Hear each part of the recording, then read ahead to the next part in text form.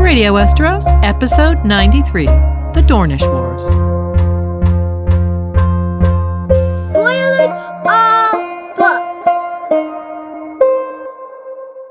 Hello and welcome to another episode of Radio Westeros. I'm the Oak Boy, and with me as always is Lady Gwyn. Hi there! Today we're very happy to bring you this episode all about the Dornish Wars of House Targaryen. This is essentially a follow-up to last year's episodes about Aegon's conquest of Westeros, which remained incomplete due to the failure to bring Dorne into the realm. And the ongoing quest to unite the principality of Dorne with the Seven Kingdoms would take nearly 2 centuries at a cost of untold violence and tens of thousands of lives. It's that effort we chronicle today, starting with the First Dornish War, the death of Rhaenys Targaryen, the years of the Dragon's Wrath, and the famous Dornish letter that caused Aegon to unexpectedly sign a treaty of eternal peace with Dorne. What was in that letter, and why did Aegon reverse course after reading it? We'll look at all the details and suggest a few possible answers. Then we'll trace the decades of low-level conflict that began with the Second Dornish War during the reign of Aenys I and continued off and on throughout the next century until Daeron I, the young dragon, embarked on his conquest of Dorne in 158 AC. We'll look at what happened, how it ended, and the impact of the eventual peace treaty signed by Baelor I. Finally, we'll explore the results of that treaty, how Dorne finally came to be part of the realm, and why that outcome led more or less directly to a conflict within House Targaryen that would occupy them for generations, the Blackfyre Rebellions. All that and more in this action-packed episode. But first, before we begin, we want to say thank you so much to all our patrons who helped keep Radio Westeros going, including our Flaming Lightbringer patron, TJ Harrington, our Dragonsteel patron, Peter, and our Palest Milk Glass patrons, Alex, Akka and the Company of the Cats, Chris B, the Song of Ice, Kelly, Sister Winter, Maltude, MT Walls, first of his name, and John Wergarian, as well as B-Word and Mr. J, the Bear and the Maiden Fair, and Sir Tim of House Jib Jab Hot Dog Shop. House motto, we forge the chains we wear in life.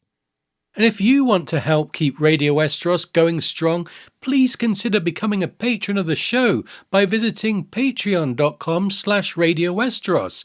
Your support gains you ad-free access to episodes up to a week before they go public, as well as exclusive content, personalized shoutouts, and more.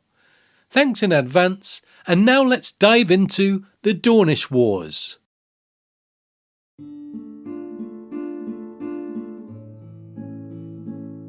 Finally, the Queen's flight took her to Sunspear, the ancient seat of House Martell, where she found the Princess of Dorne waiting in her abandoned castle.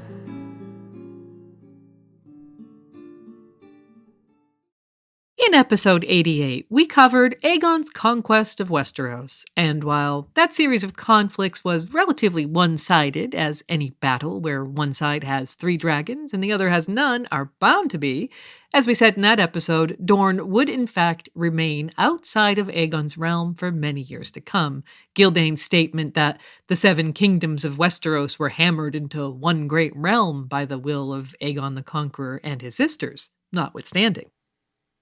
And so, before we cover Aegon's and his descendants' continuing efforts to subdue the southernmost kingdom of the continent, we want to recap what happened in Dorne as Aegon, his sisters, and their dragons made their triumphant and often bloody progress from Dragonstone to King's Landing and beyond, to his coronation at Old Town. First, it must be said that Aegon's claim at his Old Town coronation to the title King of the Andals, the Rhoynar, and the First Men, Lord of the 7 Kingdoms, and Protector of the Realm was clearly a bit of magical thinking. As we said in the Conquest episode, the fact that Aegon's new and improved style explicitly included not 1 but 2 references to Dorne, the only place where Rhoynar could be found, and the 7th Kingdom, must be viewed as a promise of things to come, for his sister Rhaenys had failed to obtain the surrender of Sunspear. when Aegon sent ravens to the rulers of Westeros declaring that henceforth there would be one king in Westeros, he included a threat that, quote, those who took up arms against him would be thrown down, humbled, and destroyed.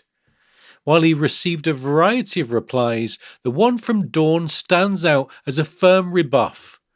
Princess Merya Martell, instead of fealty, offered Aegon an alliance against her own historic rivals in the Stormlands.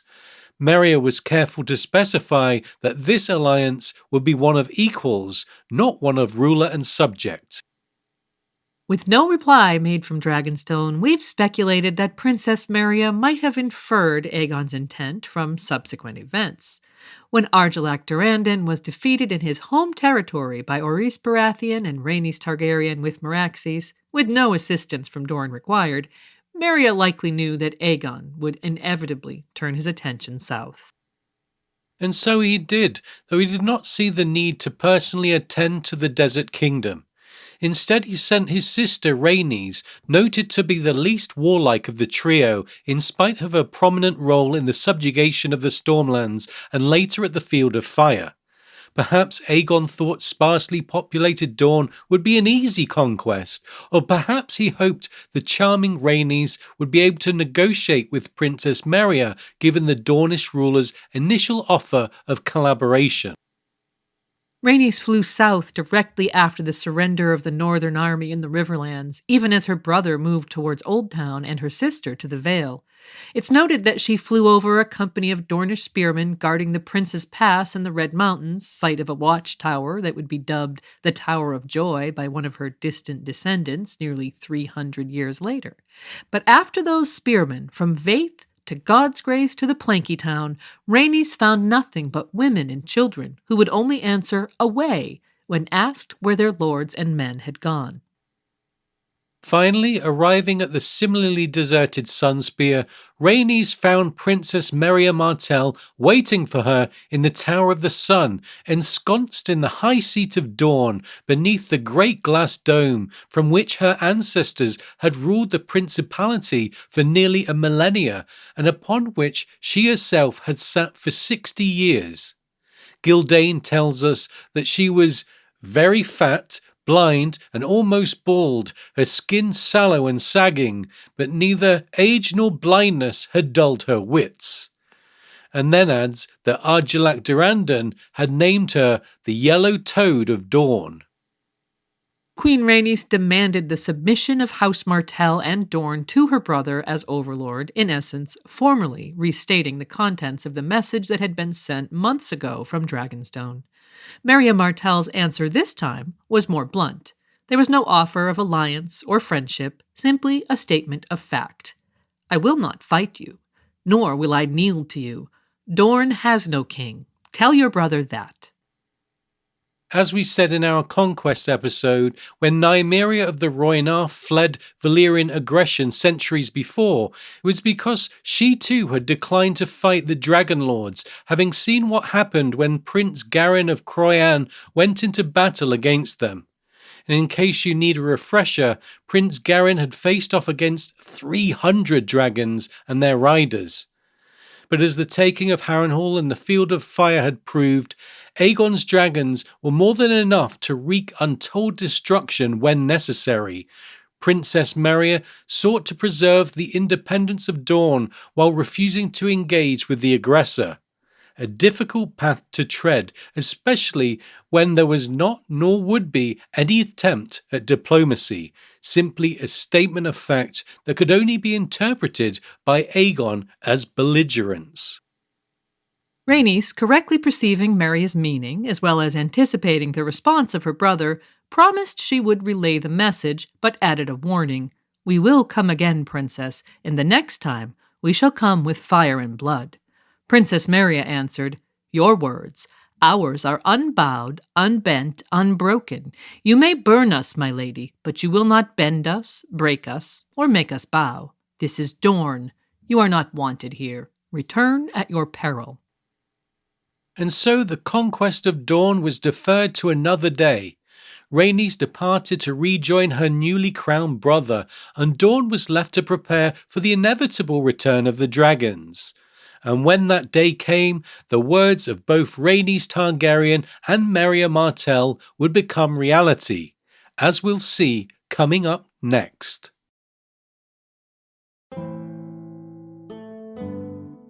With the submission of the Three Sisters and the Iron Islands, all of Westeros south of the Wall was now ruled by Aegon Targaryen, save Dorne alone. So it was to Dorne that the dragon next turned his attention. Once Aegon was crowned and the loose ends to his east and west were handled, he was able to focus on the effort to bring Dorne into the realm. His first approach was to finally try diplomacy. Accordingly, he dispatched a group composed of maesters, septons, and high lords, none of whom are named, to negotiate with Merya Martell. The effort to convince Princess Merya of the advantages of joining Dorne with Aegon's Westeros continued for nearly a year, but to no avail. The Princess of Dorne would not be swayed from the position she had stated to Rhaenys the previous year. Dorne has no king. And while Merya could not be persuaded to soften her stance, neither would Aegon and his sisters alter theirs. And so, in 4 AC, Queen Rhaenys returned to Dorne, exactly as she had promised on that day in the deserted throne room at Sunspear. This time, Rhaenys and Meraxes appeared in the sky above the Planky town with no warning and managed to set all of the boats there ablaze. Many of the residents jumped into the river to escape the flames, and so, of the 100 or so casualties, no small few of them were due to drowning. Fire and blood had come to Dorne. But Rhaenys was not acting alone, or simply for the symbolism of keeping her word to Merya.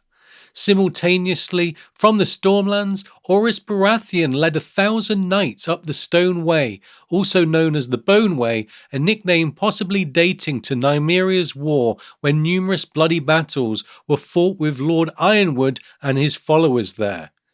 In the Reach, Aegon and Balerion, joined by the new Warden of the South, Lord Harlan Tyrell, and an army 30,000 strong, marched through the Prince's Pass. Lord Tyrell was certain that their forces were more than equal to any force the Dornish could muster, even without the king and his dragon.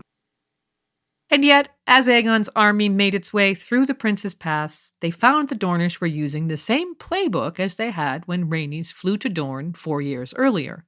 Watchtowers were deserted and no Dornishmen attempted to bar their way. What they did do is retreat ahead of the Westerosi force, burning crops, killing livestock, and poisoning wells as they went. At the height of the pass through the Red Mountains, Aegon's army found their way blocked by a wall of sheep carcasses. The Dornishmen had shorn them of their wool before killing them and leaving the rotting remains to block the invaders' path. When at last the king's host descended from the mountains, Aegon decided to divide his army before attempting to cross the infamous Dornish sands. Aegon himself headed due east to the stronghold of House Fowler at Skyreach, which ostensibly guarded the southern end of the pass. The path through the foothills provided some relief to the king's force, as there was some access to rainwater from the heights and game to be found on the slopes of the mountains. Skyreach fell to Aegon and Balerion, as did Ironwood after a brief siege. The Tor of House Jourdain was surrendered by its steward, Lord Jourdain, having recently died. Lord Tyrell, sent due south to the Hellhold, stronghold of House Uller, fared less well, though the Northerners had hoped that the autumn season might make the Dornish desert more forgiving. Such was not the case. The retreating Dornish had continued their policy of fouling any potential resources for the invaders, and every well on the route was found to be poisoned. By the time he reached the Hellholt, Lord Tyrell had lost a quarter of his army, many of whom now marched without armor, weapons, or banners, and nearly all of his horses. In the meantime, Lord Uller and his men adhered to what was becoming a familiar playbook and vanished, leaving the Hellholt deserted. Aegon proceeded from the Tor to Ghost Hill, seat of House Tolland, where Lord Tolland sent out his champion to challenge the king to single combat. After Aegon had killed the man, it was revealed that he was no champion, but Lord Tolland's fool. Lord Tolland and his household had vanished. Years later, House Tolland, whose banner had at one time showed a ghost, would take a new sigil, a dragon biting his tail in green on gold, in honour of their fool's motley and the would-be conqueror he had mocked. In the meantime, Orys Baratheon's passage through the Boneway was even more difficult than the larger army's journey through the Prince's Pass and beyond. The Boneway is the steeper and more difficult to traverse of the two passes, and Lord Orys's force was composed of all mounted knights. Horses are ill-suited to the narrow stony paths, especially at the peaks where the way had been chiseled into stone steps by Dornishmen of the past. Additionally, hidden foemen dropped boulders on them from above, while the party of archers targeted them as they crossed a bridge over the River Will. Attempting a retreat, the invaders found their way blocked by a rockfall, with no way to fall back, and the way forward blocked by the newly appeared archers. Lord Baratheon's men were cut down with ease.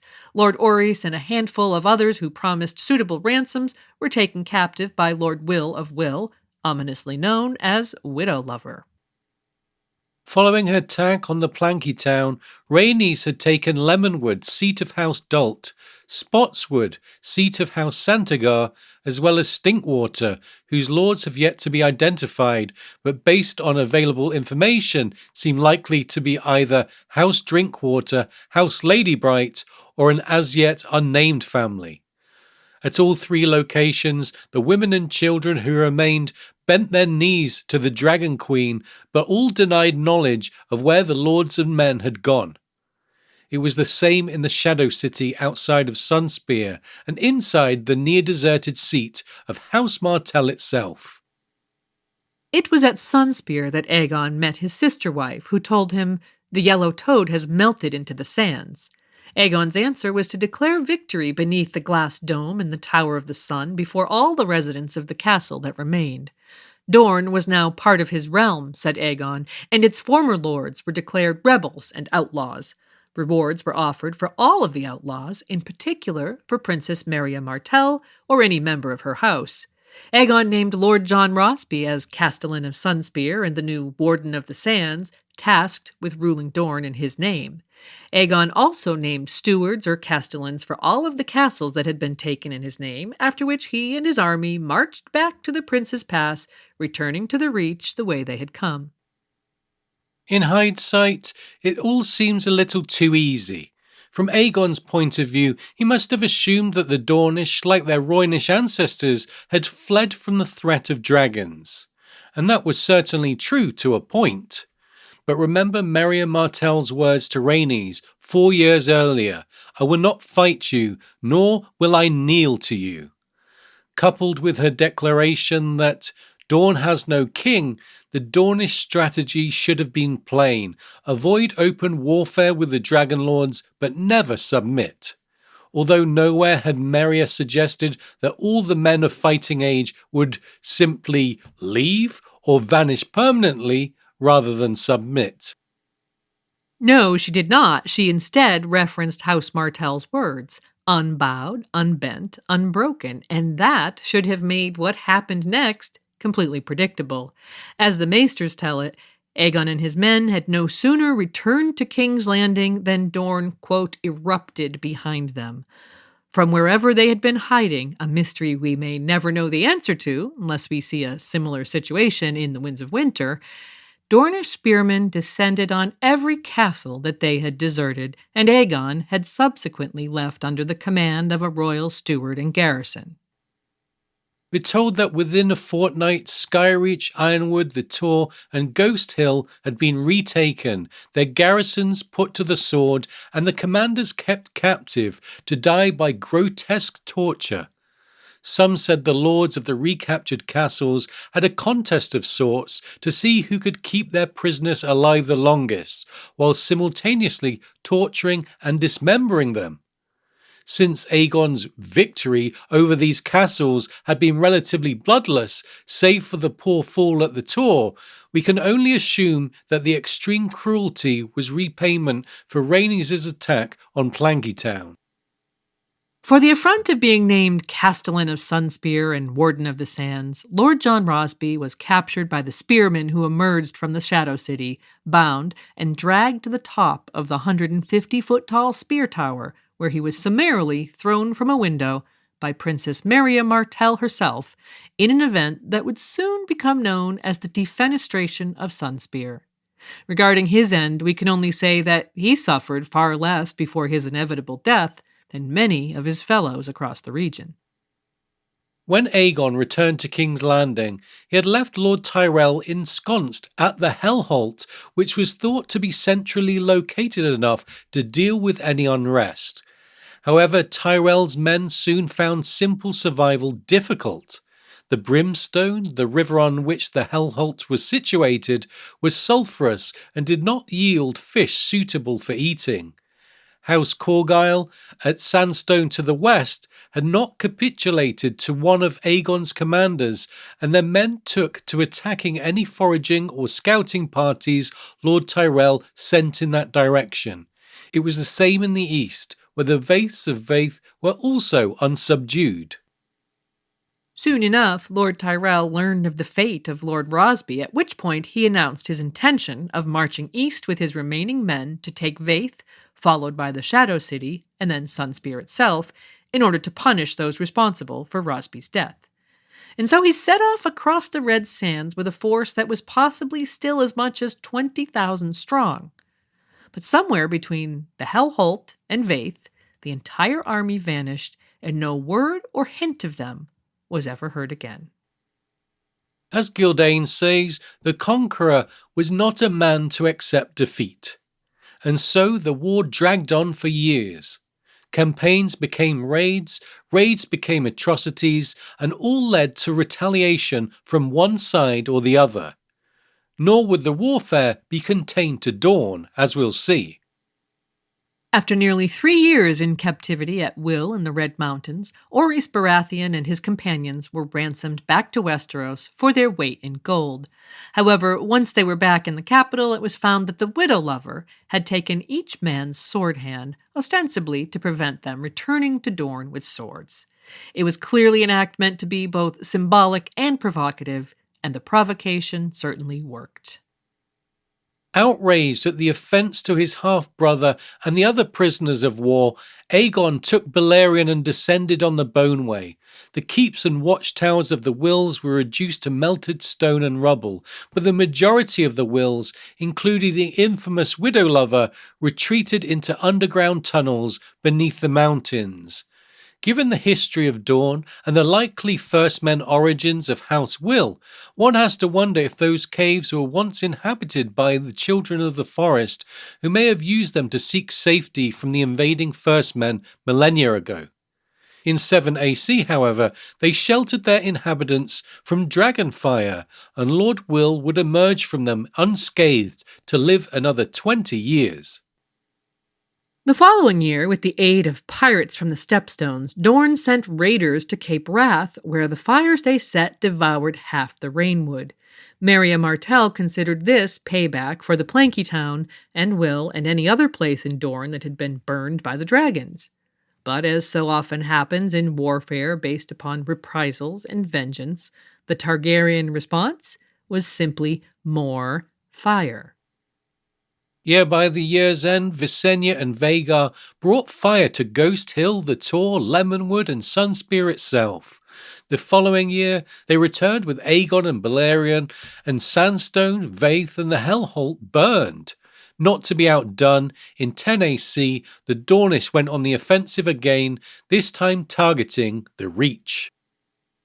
This time it was Lord Fowler of Skyreach in the Prince's Pass who led an army across the mountains into the territory of House Caron, burning villages and capturing the Caron stronghold of Nightsong before the Reach men knew they were under attack.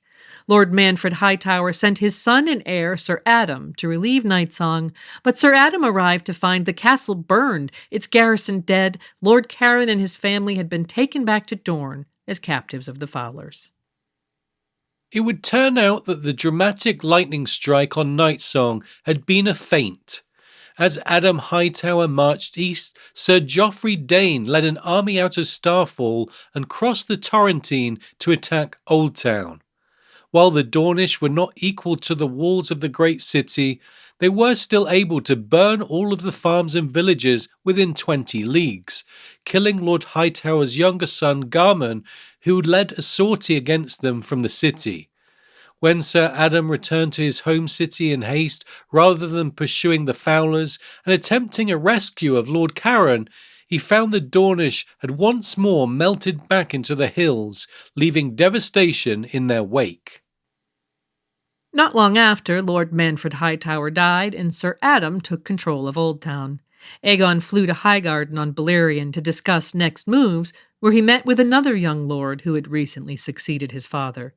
Given that father's unknown fate, Lord Theo Tyrell proved extremely reluctant to engage in further warfare in Dorne, and so Aegon turned once more to his sisters and their dragons. Aegon himself flew to Skyreach with Balerion, promising a second Harrenhal, while Visenya and Vhagar brought vengeance to Starfall. Fire and blood were the order of the day when Rhaenys and Meraxes flew to the Hellholt, seat of House Ulla, and the location where Lord Harlan Tyrell had last been seen alive. If the previous half-dozen years hadn't brought enough of fire and blood to the realm, the outcome of this second attack on the Hellholt proved that, as far as Aegon was concerned, there wasn't enough of either to go around. In past episodes, we've talked about Aegon and his sister wives. It was commonly said that Aegon had married Visenya, the elder, out of duty, but had taken Rhaenys out of love. In the time since she had first gone to Sunspear and confronted Marya Martell in her throne room, Rhaenys had given the king a son and heir, Aenys, now 3 years old. It was undoubtedly that fact which had kept her out of the war for the majority of the time since she had returned from that mission, but now, at her brother's request, the king's sister love queen flew out once more to bring vengeance to the Dornish. It's not an easy thing for a human to kill a dragon, which was a large part of the success of both the Valyrian Empire and more recently Aegon's conquest of Westeros. An adult dragon's scales are harder than steel, giving it the equivalent of heavy plate armor that could withstand even the most well-aimed spears and arrows. But a dragon does have a weak spot, and that is where one of the defenders of the Hellholt, by sheer chance, landed a yard-long scorpion bolt as the queen flew above the castle, preparing to burn it and its defenders alike as her siblings had done the year previously.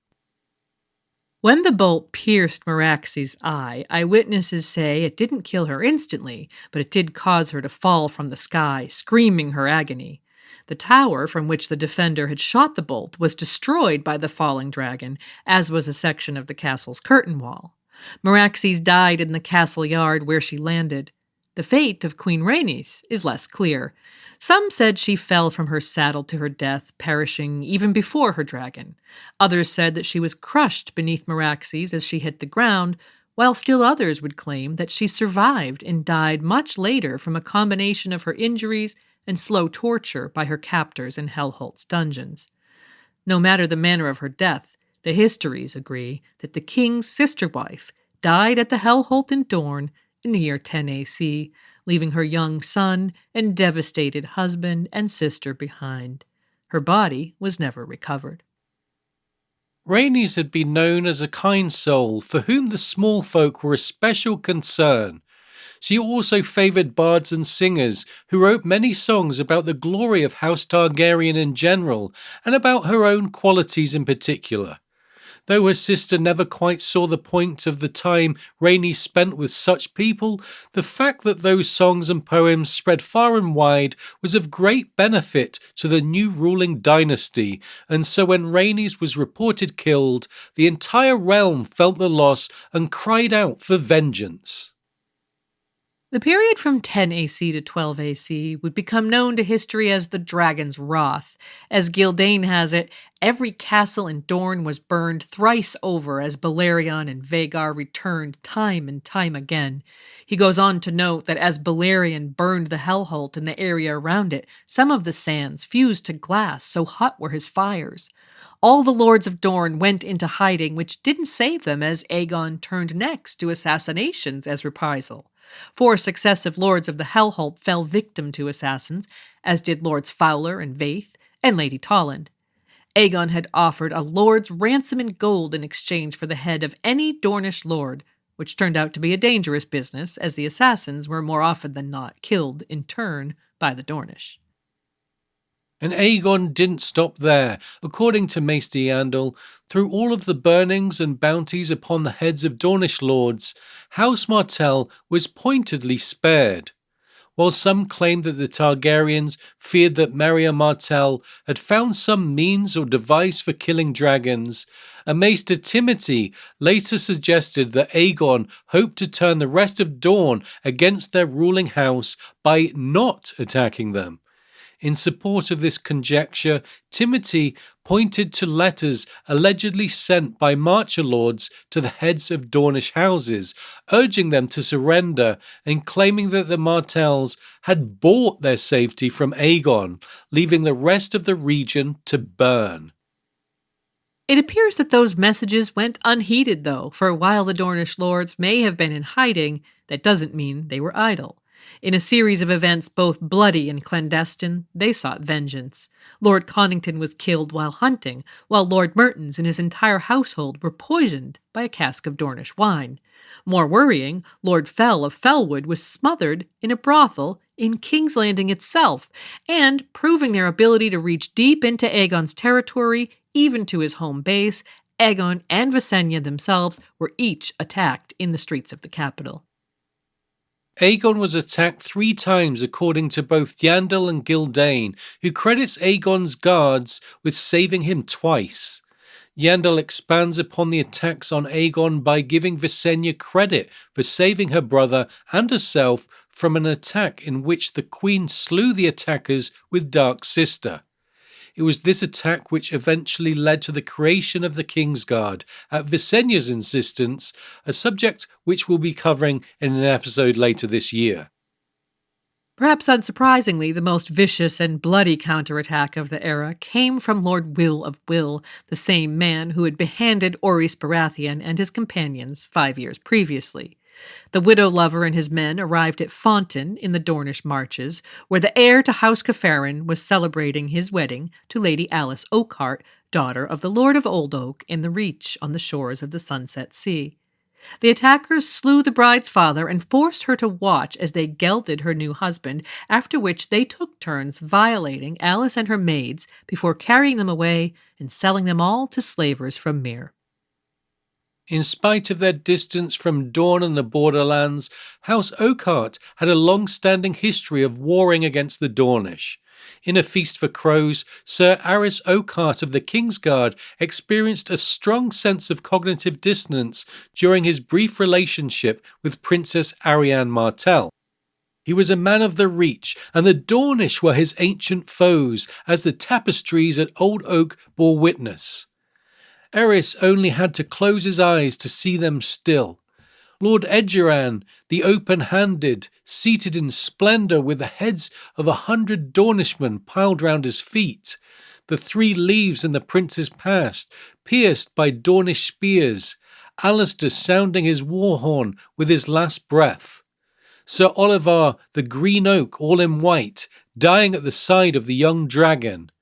Dorne is no fit place for any Oakhart.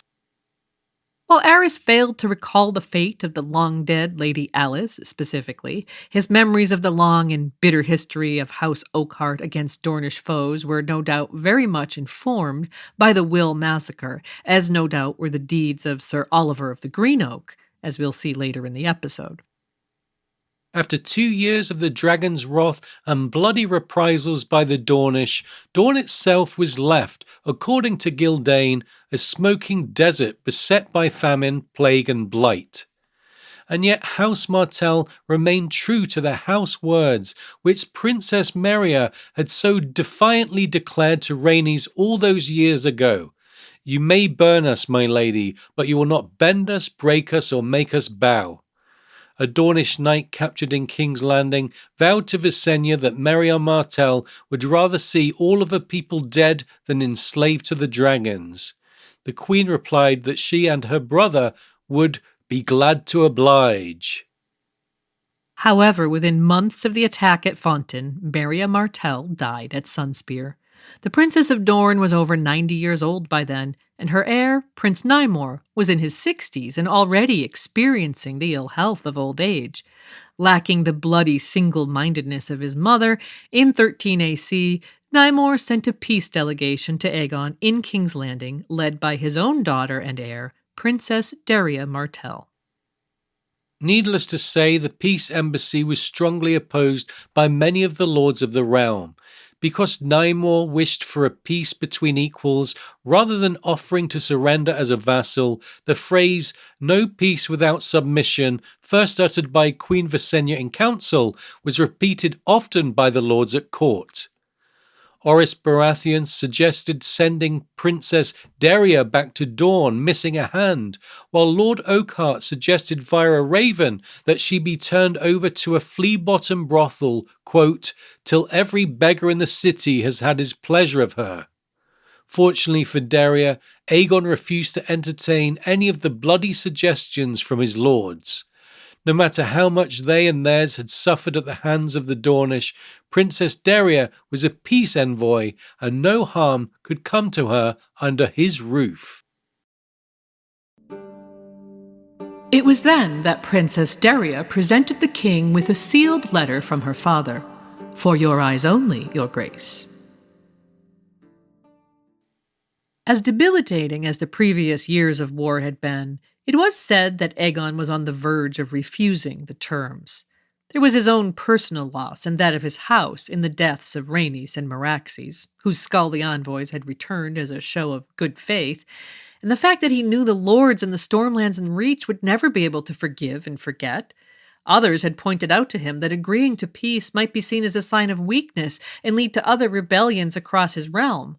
As well, the optics of agreeing to peace without retribution with the house that had taken 1/3 of the most visible symbol of Targaryen power, their dragons, off the board, might encourage other would-be dragonslayers. And so Grand Maester Lucan reports that Aegon had decided to decline the terms and continue the war when Daria Martell handed him a letter from her father, a letter which was, she said, "for your eyes only, your grace." Observers at court reported that Aegon read the missive stone-faced and silent while seated on the Iron Throne. When he had finished, those same observers noted that his hand was dripping blood where he had clenched the arm of his throne of swords. Still silent, Aegon burned the letter in front of the open court, Westerosi lords, councillors, and Dornish ambassadors alike. Speaking not a word to anyone, he left the throne room, and that evening took Balerion and flew across Blackwater Bay to Dragonstone. The next morning, he returned and agreed to all of Prince Nymor's terms without further discussion. Within days, the king would sign a treaty of eternal peace with Dorne. As far as the histories tell us, Aegon never revealed the contents of the letter, though many have speculated what they may have been. Before we address the speculations, let's make careful note of two curious facts. One, as reported by Gildane, it appears that Princess Daria only gave Aegon her father's letter when he was on the point of refusing the terms of the peace as presented by the Dornish embassy. Certainly, if the letter's contents were simply, as suggested by some, a quote, plea from one father to another that somehow touched the Dragon King and gave him a change of heart, or a list of every lord and knight who had ever been killed during the war, meant to convince Aegon that the slaughter had done more than enough damage to both sides, it's hard to imagine why Daria wouldn't have led with the personal letter from her father to the king. So we must assume the letter contained something that Nymor was reluctant to say until the last resort. Additionally, there's the curious fact that Aegon flew immediately to Dragonstone after reading the letter, and only delivered his reply once he had returned the next day. While he may have simply wished to reflect in the solitude of his family's ancestral stronghold, when combined with the somewhat ominous timing of the letter's delivery, this detail seems to take on much more significance. We're left to wonder what Aegon did that night on Dragonstone and how it related to Dorne. Both of these facts, the timing of the letter and the king's mysterious trip to Dragonstone, can be combined with Aegon's initial reaction as witnessed by people in open court to suggest the idea that the letter contained something at once shocking and emotionally distressing. Imagine Aegon clenching his hands so tightly upon the sharp edges of the Iron Throne that he caused himself to bleed. That alone implies a great shock, or perhaps anger. His silence seems more in keeping with the former, as does his immediate departure to Dragonstone, where he seems to have done or experienced something that led him to completely reverse the decision he had been on the point of making. Some Septons suggested there was sorcery involved and that it was actually Maria Martell who had written the letter before her death, using the blood of Rhaenys Targaryen, and that Aegon was somehow compelled to agree to the peace terms. While those Septons seemed focused on the sorcery aspect, it must be said that if the letter had been written in Rhaenys' blood, 3 years after she fell from the sky at the Hellholt, there would then be a strong implication that she had survived that fall and was still alive in Dorne. Perhaps this hints at another possibility, that the letter was indeed from Prince Nymor as stated, and that in it the Dornish prince revealed that Rhaenys lived, imprisoned at the Hellholt and subject to the same torture the Dornish lords had perpetrated against the Westerosi Aegon had once left to garrison Dornish castles. Those who adhere to this theory suggest that Nymor promised a swift and painless death for the Targaryen queen if Aegon signed the peace treaty.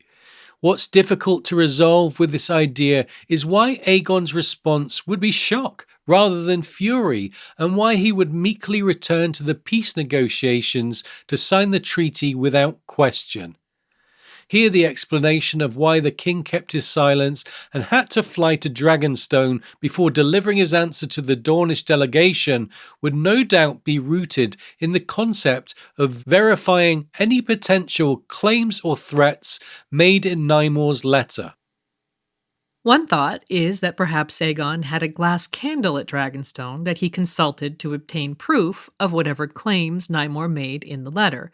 In this scenario, we could perhaps find some logic in his sudden departure from King's Landing. For instance, by using a glass candle, Aegon could possibly see that Rhaenys was alive, though it is somewhat difficult to explain why he wouldn't have taken that step earlier to confirm his sister-wife's death if it were available to him. Of course, there also remains the fact that it's never been confirmed that the Targaryens possessed a glass candle at Dragonstone, though this event might perhaps fall into a select group of hints at the existence of one. Many years later, Grand Maester Clegg would suggest that the letter stated that if Nymor's peace terms were refused, he would hire the faceless men of Braavos to assassinate Rhaenys' son Aenys, now 6 years old and Aegon's firstborn and heir. Adherents of this theory further speculate that Nymor Martell had somehow caused proof of the power of this threat to be found at Dragonstone. Perhaps there was another letter waiting there, or some other visible threat that the Dornish had the power to infiltrate every place House Targaryen might seek safety. For instance, could the Dornish, or their agents, have managed to steal a dragon egg and leave it somewhere it had no cause to be, in the center of the painted table perhaps, as proof that would convince the Dragon King that no place, not even his island fortress, would be safe from Dorne's vengeance? This might also support the idea that the letter revealed that Dorne had discovered the secret to killing dragons. If true, and they proved it by infiltrating a dragon den to steal an egg or perhaps even kill a young dragon, it might provide an easy explanation for Aegon's swift accession to the Dornish terms, as well as the silence that accompanied it. It's hard to imagine the Conqueror revealing any weakness in his primary mechanism of power, so an actionable threat to the dragons is a very good candidate as far as explanations go. All in all, Aegon's trip to Dragonstone is most in keeping with the idea of the letter containing a threat that needed to be verified, and that, at the end of the day, is what we believe is the most likely explanation. whether an explicit threat against Aegon's heir or his dragons, or an implied threat against House Targaryen in general, something that Aegon corroborated during his brief trip to Dragonstone, certainly fits the bill most strongly as an explanation for the Dornish letter. While you listeners, or George himself, may have other ideas not presented here, whatever the explanation for the letter and Aegon's strange reaction to it, we can all agree that after nearly a decade of fire and blood, the First Dornish War officially ended in 13 AC when Aegon the Conqueror signed a peace treaty with Dorne and resigned himself to not being the conqueror of the southernmost region of the continent. Aegon would rule for nearly another quarter century, but his days of conquest had come to an end. It would fall to his son and successor, the very Aenys whose life may have been at stake in Nymore's letter, to bring the fight to Dorne once again in the Second Dornish War of 37 AC, as we'll discuss next.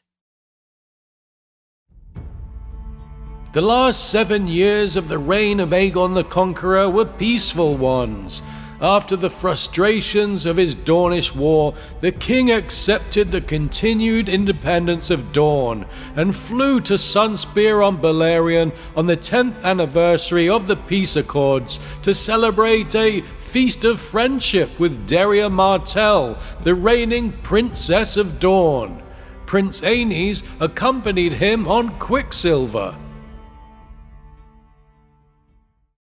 The conflict known as the Second Dornish War arose in the years following Aenys' accession to the Iron Throne.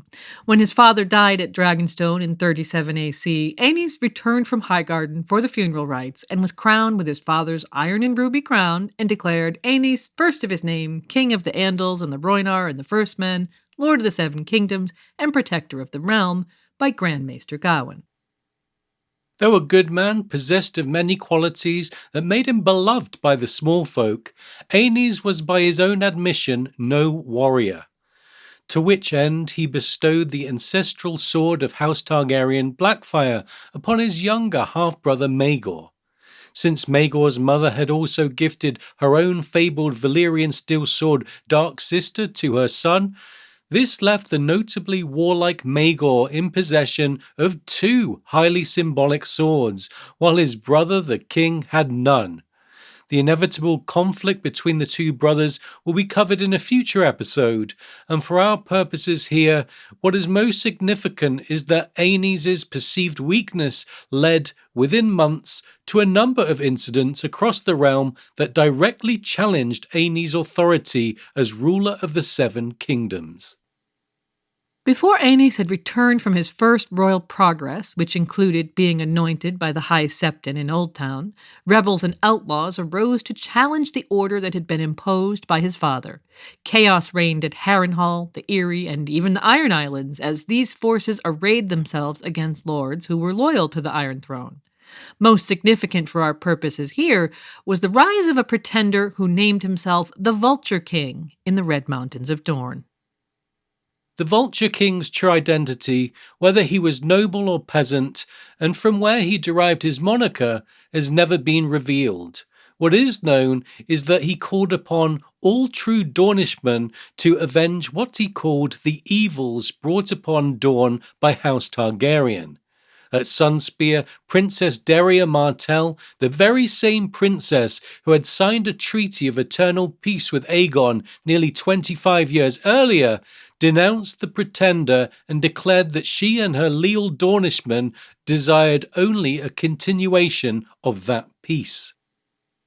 Nonetheless, while Princess Daria issued her denials from the Tower of the Sun, thousands of everyday Dornishmen rallied to the Vulture King, traveling from remote hills and from the sands into the Red Mountains above the Reach. And based on the location of their first incursion across the border, we can perhaps speculate about the origin, or at least the rallying point, of the person calling themselves the Vulture King.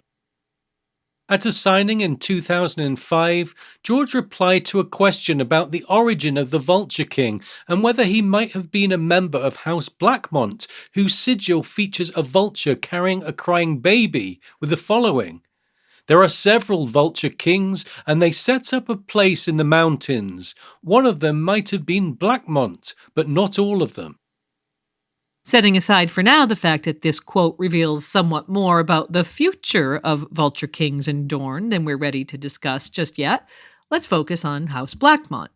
As mentioned, their sigil features a vulture. They are a First Men house whose seat is located in the western Red Mountains near the headwaters of the River Torrentine. One of the fabled kings in golden chains sent to the wall by Nymeria during her consolidation of Dorne was Benedict Blackmont, then leader of the house, who was said to have the power to transform himself into a giant vulture, perhaps even being the first person able to claim the title Vulture King, though that's never stated in the histories. Nonetheless, we cannot ignore the possibility that members of this house might even centuries later be more likely to look to themselves and their fellow Dornish first men than to obey the wishes of the Martells in their distant seat at Sunspear. The 6 kings sent to the wall by Nymeria were thought to be all first men, and, with the exception of Lucifer Dryland from the now extinct House Dryland, all were based in and around the mountainous region of Dorne's northern and western border. And this is exactly why the apparent location from which the Vulture King launched their first attack on Westeros might be telling. It was Lord Harmon Dondarrion, one of the leading Marcher lords from the Stormlands, who first wrote to King Aenys about the rebels. "This Vulture King is half mad, and his followers are a rabble, undisciplined and unwashed. We can smell them coming 50 leagues away." And yet, shortly afterwards, the rabble surged out of the Boneway and seized Lord Dondarrion's Blackhaven, with the Vulture King personally slicing off Lord Harmon's nose, perhaps a pointed disfigurement indicating that he was aware of the insults in the letter sent to the king. They then torched the castle before departing back from whence they came. In the Red Mountains, there is a ruined fortress known as Vulture's Roost. Neither the origin of the castle nor its original name are known, but we do know that it lies closer to the Boneway than to the Prince's Pass, and is near the headwaters of the River Will. Due to its location and name, we'd speculate that the Roost was the location in which this Vulture King originally assembled his followers. But further east, situated at the mouth of the River Will, is the seat of House Will, whose lord, known as the Widow Lover, had stopped Lord Orys Baratheon's force from entering Dorne during Aegon's Dornish War, and proceeded to hold Orys and others captive for 3 years before behanding them and sending them back to the Stormlands once their ransoms were paid. Aegon himself later brought Balerian's flames to Will, but its residents had fled to safety in tunnels beneath the mountains and thus survived. And the reason all of this history and geography might be relevant is that Blackhaven, site of the first attack by the Vulture King in this new Dornish war, lies due north of Will, seat of the ancient house whose original loyalty had been to King Yorick Ironwood, one of the 6 kings sent to the wall by Nymeria. Will, under the leadership of the Widow Lover's son, Lord Walter Will, would be the only Dornish house to openly participate in the Vulture King's war, and it seems clear that the initial assault on Blackhaven was likely launched from Will, or from very close by. So while the revolt of the Vulture King clearly targeted Westerosi castles in the Marcher region on the border of Westeros and Dorne, we'd be foolish not to consider it in light of the political history of Dorne itself. That the descendants of the king sent to the wall by Nymeria all seem to have ignored, if not outright supported, the efforts of the rebels speaks volumes, in our opinion. While Princess Daria disavowed the Vulture King's movement from Sunspear and reaffirmed her desire for peace with her neighbors to the north, it appears that not a single Dornish lord took up arms to stop the rebels. In fact, Gildane takes it a step further and tells us that while Daria herself took no action, it was rumoured that she sent money and supplies to the rebels.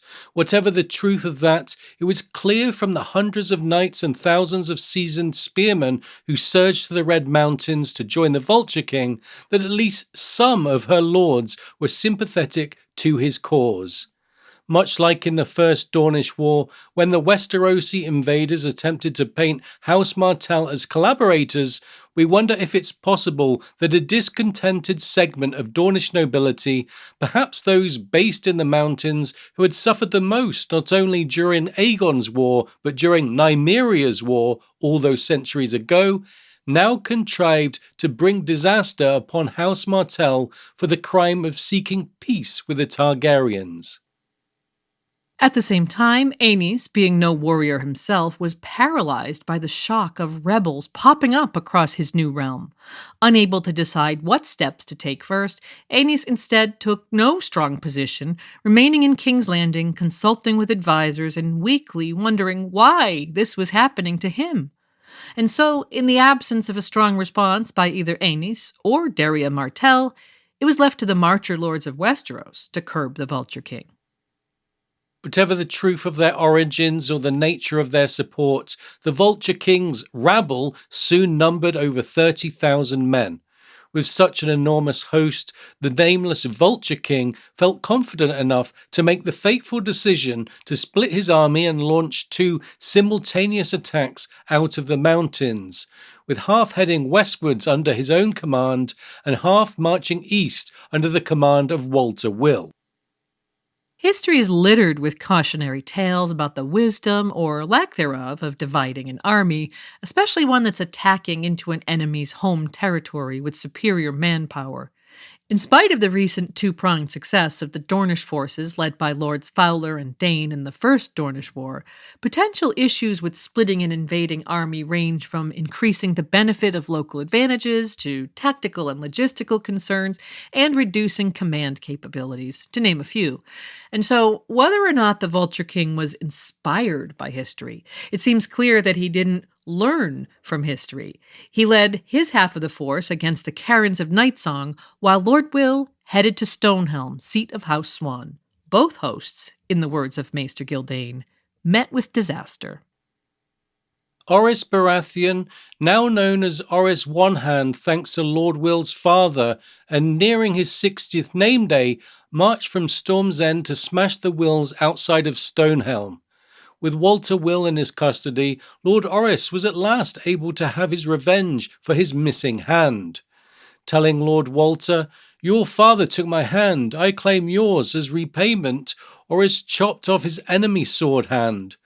But not content with simply taking a hand for a hand, Lord Orys went a step further and took Walter's other hand and both his feet as well, calling it usury, or more simply, interest on the debt.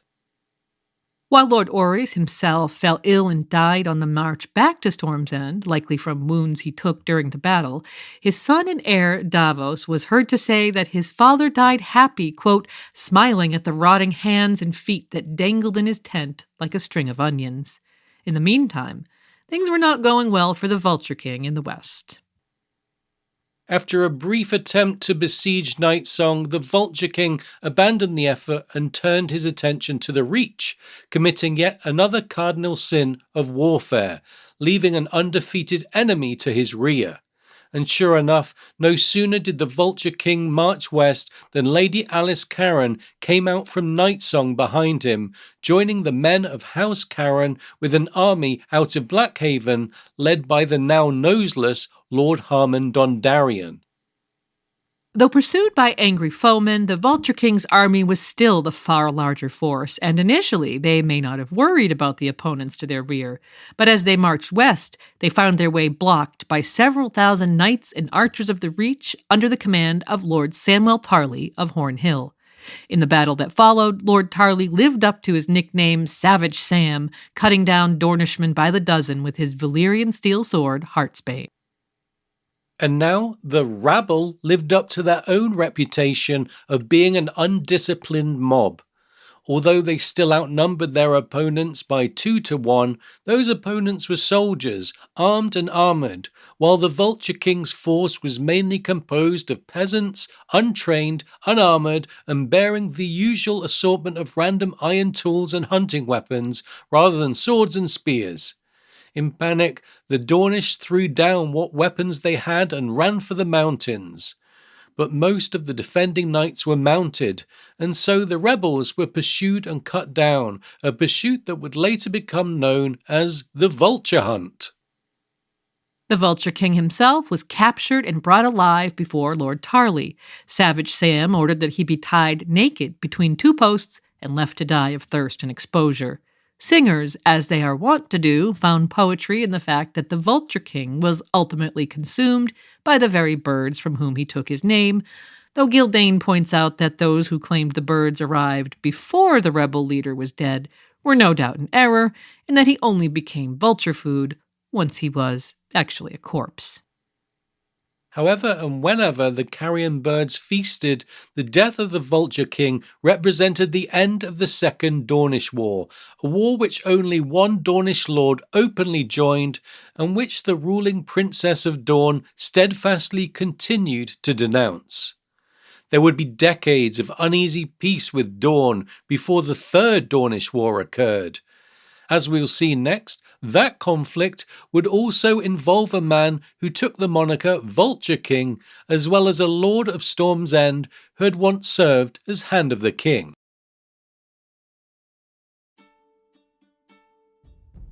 And now, at the midpoint of the episode, it's time for us to say thank you to our patrons from the Valyrian Steel level: Aileen, Amber the Adamant, Oxheart, Blithe Spirit, Archmaester Kobe of the Higher Mysteries, Cabeth the Unfrozen, Dean, Lord Sosa and his faithful canine companion Theoden, Dolorous Fred, Jill, JM, Herbert Westeros, the Miskatonic Maester, Lady Silverwing, Mark, Boss, Schwartz the Black, the Sithorian, Sally, Tristis Lorien, Wild Child of the Wolfswood, W, Sword of the Evening, and Lady Direliz of Castleknocky, the Alpha Patron, as well as our Dragonglass patron, Lynn.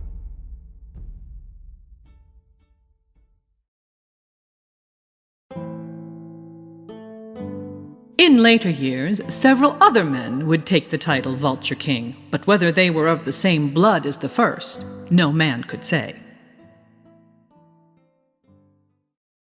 Following the defeat of the first Vulture King by Orys Onehand, Savage Sam Tarly, and others, House Targaryen would be largely preoccupied with internal conflict between Aenys' children and their uncle Maegor. After Maegor murdered and usurped the throne of his nephew Aegon the Uncrowned in 42 AC, conflict with the faith militant and with his own relations took centre stage for the occupant of the Iron Throne. When Maegor died with no children in 48 AC, the crown returned to Aenys' line, with his son Jaehaerys inheriting the crown his brother had once been in line to assume. However, in 48 AC, Jaehaerys was still in his minority, and once again, House Targaryen would turn to a close kinsman to serve as Hand of the King. Lord Rhaegar Baratheon, grandson of Orys, was not only Hand of the King, but second husband to Jaehaerys' widowed mother, Alyssa Velaryon, who served as Queen Regent for her son. During the years of the young king's minority, Gildane tells us that due to Lord Rhaegar being in King's Landing, the Dornishmen had grown bold, raiding more frequently into the marches, even troubling the Stormlands. There were rumors of another Vulture King in the Red Mountains. Following the death of the Dowager Queen Alyssa in childbirth some 6 years later, Gildane once again mentions a new Vulture King in the Red Mountains as one of many pressing security issues that were on hand to distract the young king from his bereavement. However, it does not appear that the issue of the new Vulture King was addressed directly for another 7 years. When Jaehaerys came of age, his mother and stepfather had returned to Storm's End, where Alyssa then gave birth to 2 children, Boromund, Rhaegar's first son, and Jocelyn, the child she died giving birth to. 6 years later, Lord Rhaegar brought Jocelyn to King's Landing and requested that she be raised at court by her half-siblings, who joyfully agreed. They also agreed to take some responsibility for their other half-sibling, Rhaegar's son Boromund, though the lad would remain at Storm's End in the care of one of Rhaegar's younger brothers. Lord Rhaegar, it turns out, was dying. Telling the king that he had accepted his imminent death, he declared his intention of going into the mountains. It seems that another of Rhaegar's younger brothers, Borys, had joined forces with the new Vulture King who had been active in the Red Mountains these past several years. Boris had been his brother's heir until the unlikely birth of Boramond during Alyssa's 44th year, and had grown bitter and sour in the years since, leaving Westeros and selling his sword around the free cities. But now Boris had returned, only to join up with an enemy about whom he had once complained to his brother Rhaegar in King's Landing. He did not have the men and money required to root him out. Now Boris was raiding his own people out of what appears to be a surfeit of spite. And so Rhaegar, desiring not to sleep away the days or months that remained to him, requested permission from the king to lead an expedition into the Red Mountains. "I mean to find my brother Boris and deal with him, and with this Vulture King as well. A fool's errand, Garin calls it. He is not wrong, but when I die, I want to die with my axe in my hand, screaming a curse. Do I have your leave, your grace?" King Jaehaerys not only gave Lord Rhaegar his blessing, but offered his own sword to the effort, telling his old friend, "Your brother is a traitor, and this vulture, I will not call him king, has vexed our marches long enough. You have my leave, my lord, and more than that, you have my sword." And so the king, mounted on his dragon Vermithor, joined Lord Rhaegar and 500 Stormlanders in marching into the Red Mountains to beard this new Vulture King in his den. This Vulture King, unlike the first, did not command thousands. He was, as Gildain puts it, no more than an up-jumped raider, the minor son of a minor house with a few hundred followers who shared his taste for robbery and rape.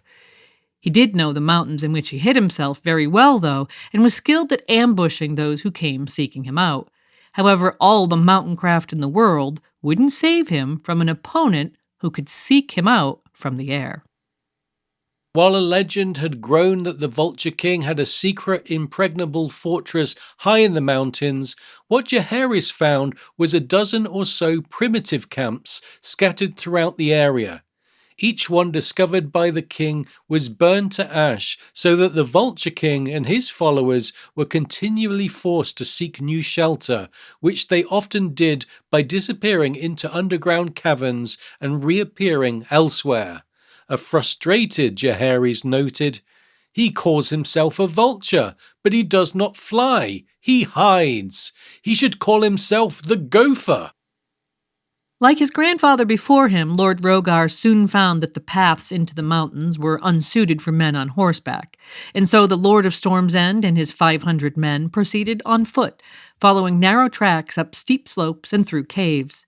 As they ascended, the Vulture King's followers attempted many an ambush, including rolling stones onto their foes' heads.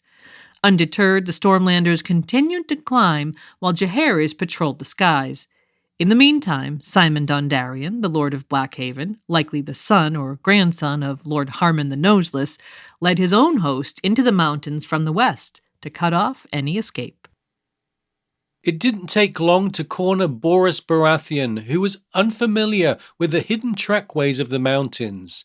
Initially brought before his brother to face justice, it was the king who demanded the right to kill the traitor, telling his stepfather, "I would not have you named a kinslayer, my lord."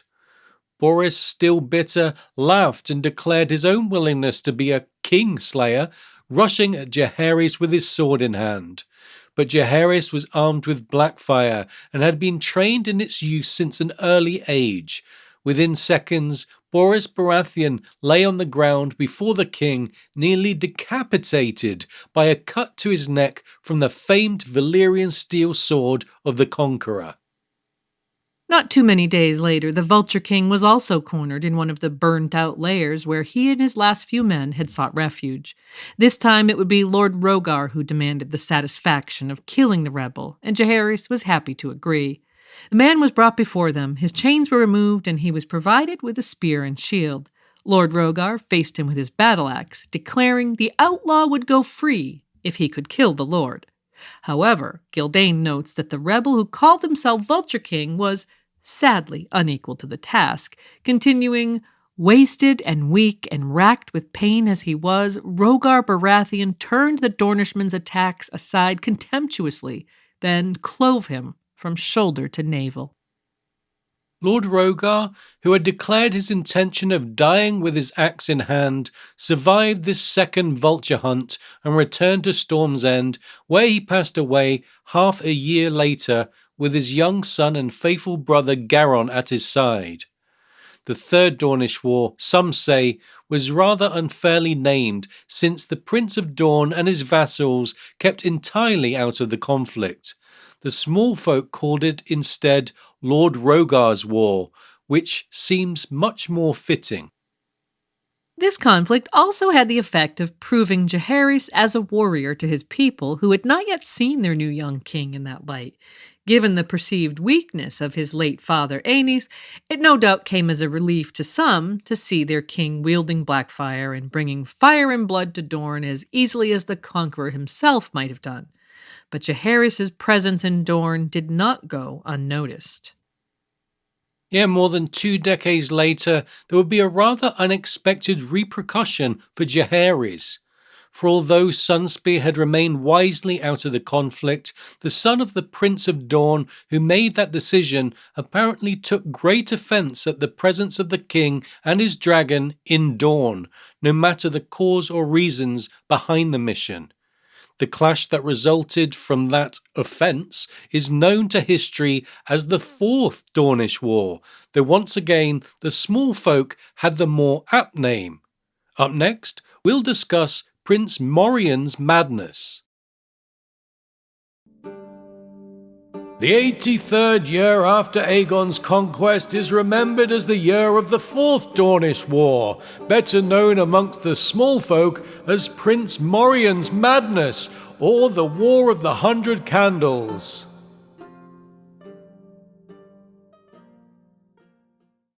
Morion Martell is described as a rash and foolish young man who had taken offense at the Westerosi king marching into Dorne to deal with the outlaw known as the Vulture King. Never mind that the Vulture King was accompanied by a rogue knight from Jaehaerys' own kingdom, or that they had been raiding across the border into said kingdom, or that Morion's father, who the rash young man considered a coward, had very wisely and intentionally kept Dornish spearmen out of the conflict.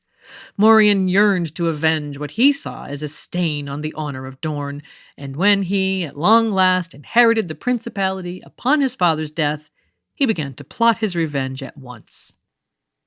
While Prince Morion knew full well Dorne could never conquer the entirety of Westeros, he hoped to take a sizable piece of the Stormlands, including Cape Wrath at the very least, by using the element of surprise.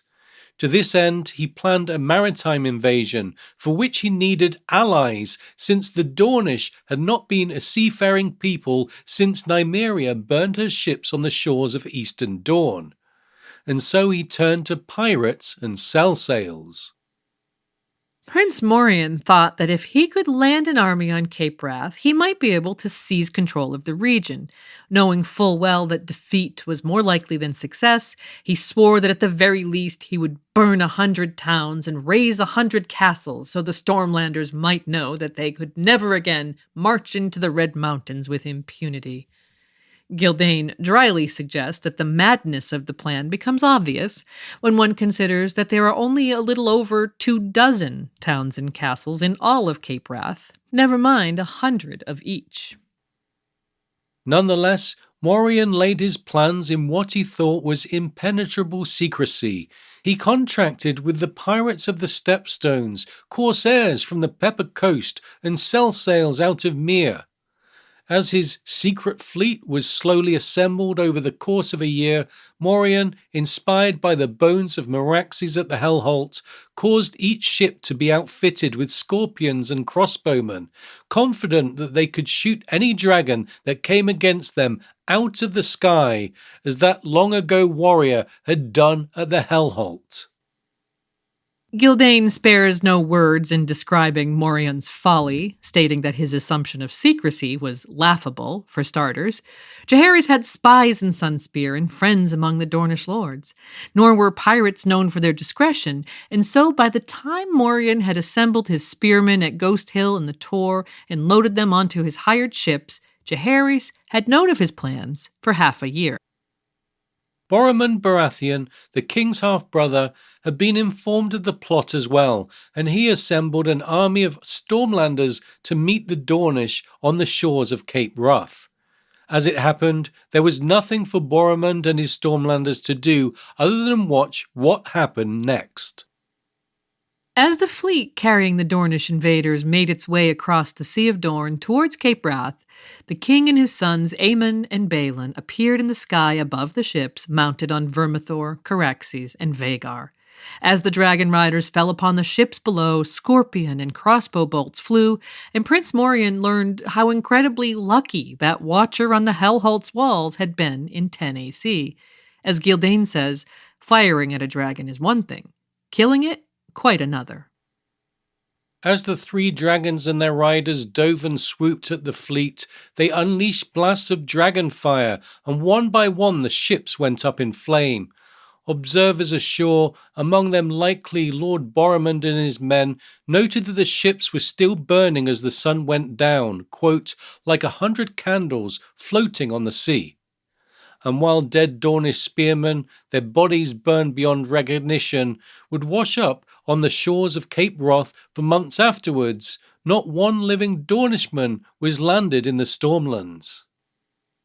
And so the second nickname for the Fourth Dornish War is the War of the 100 Candles, a rather gruesome reference to the ships that burned on the Sea of Dorne that day. Whatever name it goes by, this war has the distinction of being the shortest in Westerosi history. It was fought and won in a single day. Not a single Westerosi was killed or even injured, while Dorne lost hundreds, perhaps thousands of spearmen. Only Vhagar took any injury at all from a crossbow bolt that went through one of her wing membranes, and the damage was negligible. Jaehaerys and his sons and their dragons returned to King's Landing as heroes. The pirates of the Stepstones and surrounding areas learned to give Westeros a wide berth, and Mara Martell, of unknown relationship to the foolish Morion, became the Princess of Dorne. It remained relatively quiet on the Dornish frontier for nearly a half-century until the succession crisis that absorbed House Targaryen and their domestic allies in 129 AC apparently presented an opportunity for some in Dorne to resume the conflict. Lord Boros Baratheon called his banners and assembled near 6,000 men at Storm's End, with the avowed intent of marching on King's Landing, only to lead them south into the mountains instead. His lordship used the pretext of Dornish incursions into the Stormlands to justify this, but many and more were heard to whisper that it was the dragons ahead, not the Dornishmen behind, that prompted his change of heart. One of the key events of Westerosi history leading up to the civil war known as the Dance of the Dragons was the Great Council of 101 AC, in which an aging Jaehaerys summoned all of the lords of the Seven Kingdoms to come together at Harrenhal to advise him on his succession. In this, Gildain tells us, even the Dornishmen were represented. The Prince of Dorne sent his daughter and 20 Dornish knights as observers. When Jaehaerys died 2 years later, it was said that even in Dorne, where he had never ruled, men and women alike mourned his passing. As had been decided at the Great Council, Jaehaerys was succeeded by his grandson Viserys, the son of Prince Balon the Brave, who had joined in the destruction of the pirate fleet during Prince Morion's madness. Within a matter of years, Viserys' young brother Daemon had become embroiled in a war in the Stepstones, along with his kinsman and father-in-law, Lord Corlys Velaryon. That war is far outside our scope here, except to note that when Daemon Targaryen declared himself King of the Stepstones and defeated Kragas Drahar, known as the Crab Feeder and the most flamboyant of the admirals who served the Triarchy, then in control of the Stepstones, Dorne joined an alliance with the Triarchy in an effort to unseat the Dragon Prince. In spite of this fact, and the fact that Viserys had supported his brother's efforts in the Stepstones with regular contributions of gold from the royal treasury, Gildayn notes that when the time came for the king to consider possible marriage alliances for his daughter, Rhaenyra, a match with the Prince of Dorne was considered as a way of bringing the Dornish into the realm. As we all know, Rhaenyra eventually married Laenor Velaryon, the son of Lord Corlys, and his wife, Princess Rhaenys, daughter of Jaehaerys' son Aemon and his half-sister Jocelyn Baratheon. When Laenor died in 120 AC, not long after his sister Laena, who had been Prince Daemon's wife, Rhaenyra married her uncle in short order. But rather than shoring up the succession, as these types of marriages were often meant to do, the union of Rhaenyra and Daemon Targaryen ended up playing a large part in the succession crisis that occurred after Viserys' death in 129 AC. Viserys' second wife had given him 4 children, including 3 sons, whereas Rhaenyra was the only child of his first marriage. Although the Viserys had unequivocally named his eldest child Rhaenyra as his successor immediately following his death, his wife Alicent Hightower and her father Sir Otto Hightower, who had been Viserys' hand, acted to declare Alicent's son Aegon king, in large part because of their abhorrence of Viserys' brother Daemon, Rhaenyra's husband. In one of the first acts by Otto Hightower, as he attempted to position his daughter and her children on the winning side of what would eventually become a brutal civil war, was to write letters to lords and princes far and wide seeking alliances. One of those letters was sent to Prince Corin Martell at Sunspear, he who had once been considered as a possible match for Rhaenyra, and also he who had once joined with the Triarchy to make war on Daemon Targaryen in the Stepstones. Corin Martell rather wisely declined to offer his support to Otto Hightower and his grandson, reportedly saying, "Dorne has danced with dragons before, and I would sooner sleep with scorpions." And so Dorne was not involved in the Dance of the Dragons, except it appears that Prince Corin may have opportunistically taken advantage of the chaos to his north to turn a blind eye to the resumption of raiding in the borderlands between Dorne and the Stormlands, the same area that had been the focus of the Second and Third Dornish Wars. House Baratheon, under Jaehaerys' half-brother Boromund, had long supported Rhaenyra's claim as heir, as it had the claim of Boromund's niece Rhaenys and later her son Laenor, Rhaenyra's first husband. But by the time of Viserys' death, their kinsman at Storm's End had also passed, leaving his son Borros as his successor. Borros was prickly and apparently incensed that his cousins had assumed he would support Rhaenyra's claim. He instead flipped the script and threw in with her half-brother Aegon. And in case you missed it, we've covered the Dance of the Dragons in great detail, from its opening act to its tragic conclusion, in a 7-part series produced in conjunction with History of Westeros. Check it out on our podcast feed if you haven't done so. What's quite interesting about Lord Borros' decision to support Aegon is that he appears to have avoided actually doing anything for quite some time. Gildayn tells us that while an army was assembled at Storm's End, instead of marching north, Lord Borros went south, on what the Maesters assert was a pretext of Dornish incursions. Furthermore, Gildayn repeats the rumor that, quote, "it was the dragons ahead, not the Dornishmen behind, that prompted his change of heart."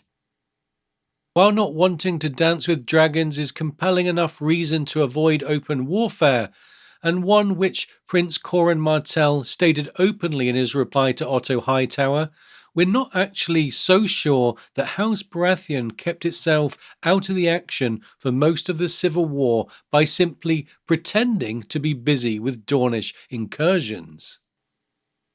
As we said, there couldn't have been a better time for raiders to take advantage of the internal conflict in Westeros, and even for Corin, if he were so inclined, to offer those raiders House Martell's clandestine support as has been hinted they did in past border skirmishes.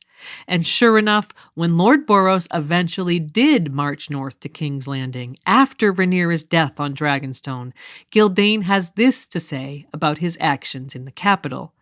Seasoned by countless border clashes with the Dornish and his recent victorious campaign against a new Vulture King, Lord Boros Baratheon wasted no time in restoring order to King's Landing.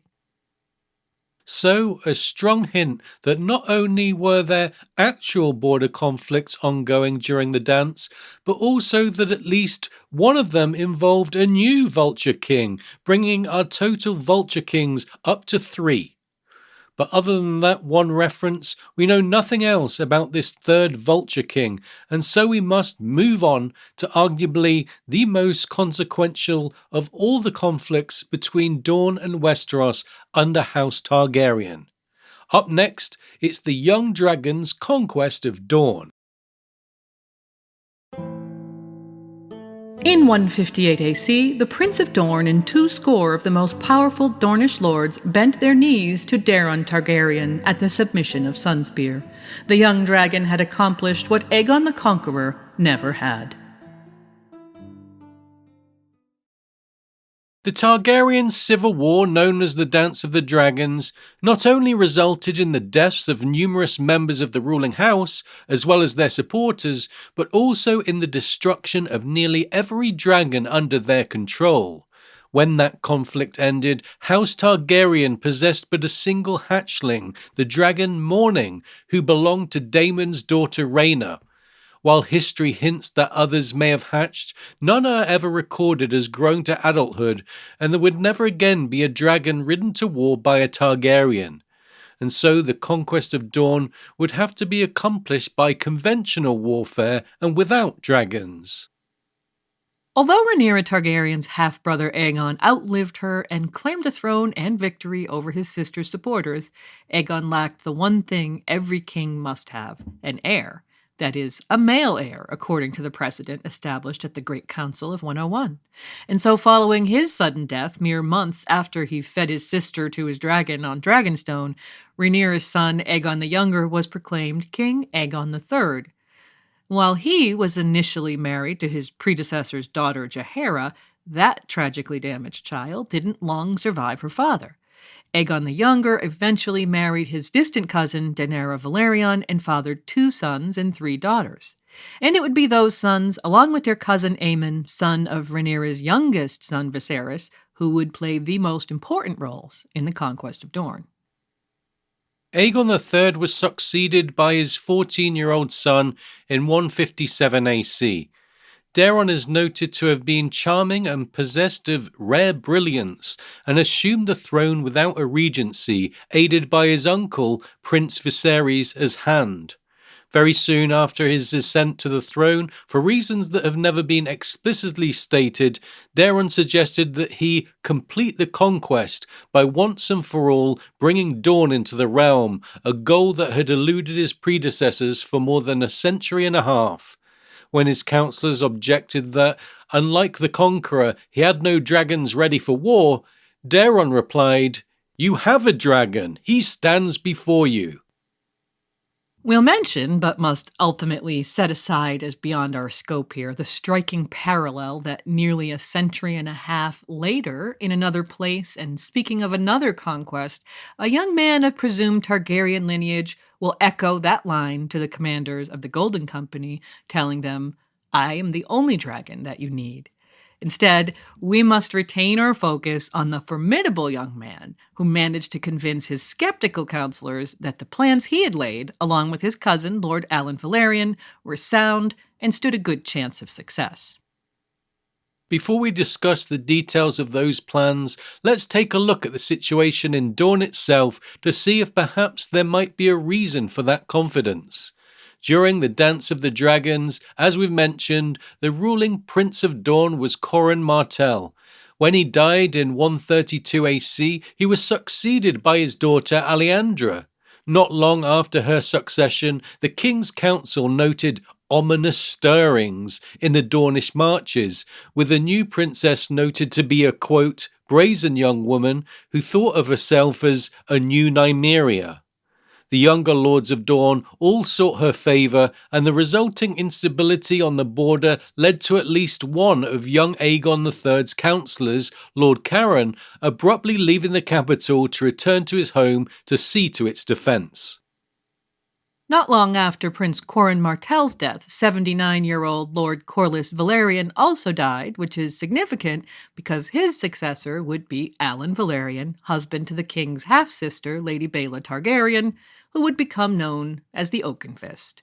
The following year, on a mission to curb the depredations of Lord Dalton Greyjoy in the Westerlands, Lord Alan would arrive in Dorne seeking to resupply his ships for the dangerous journey around the southern coast en route to Oldtown, his next port of call.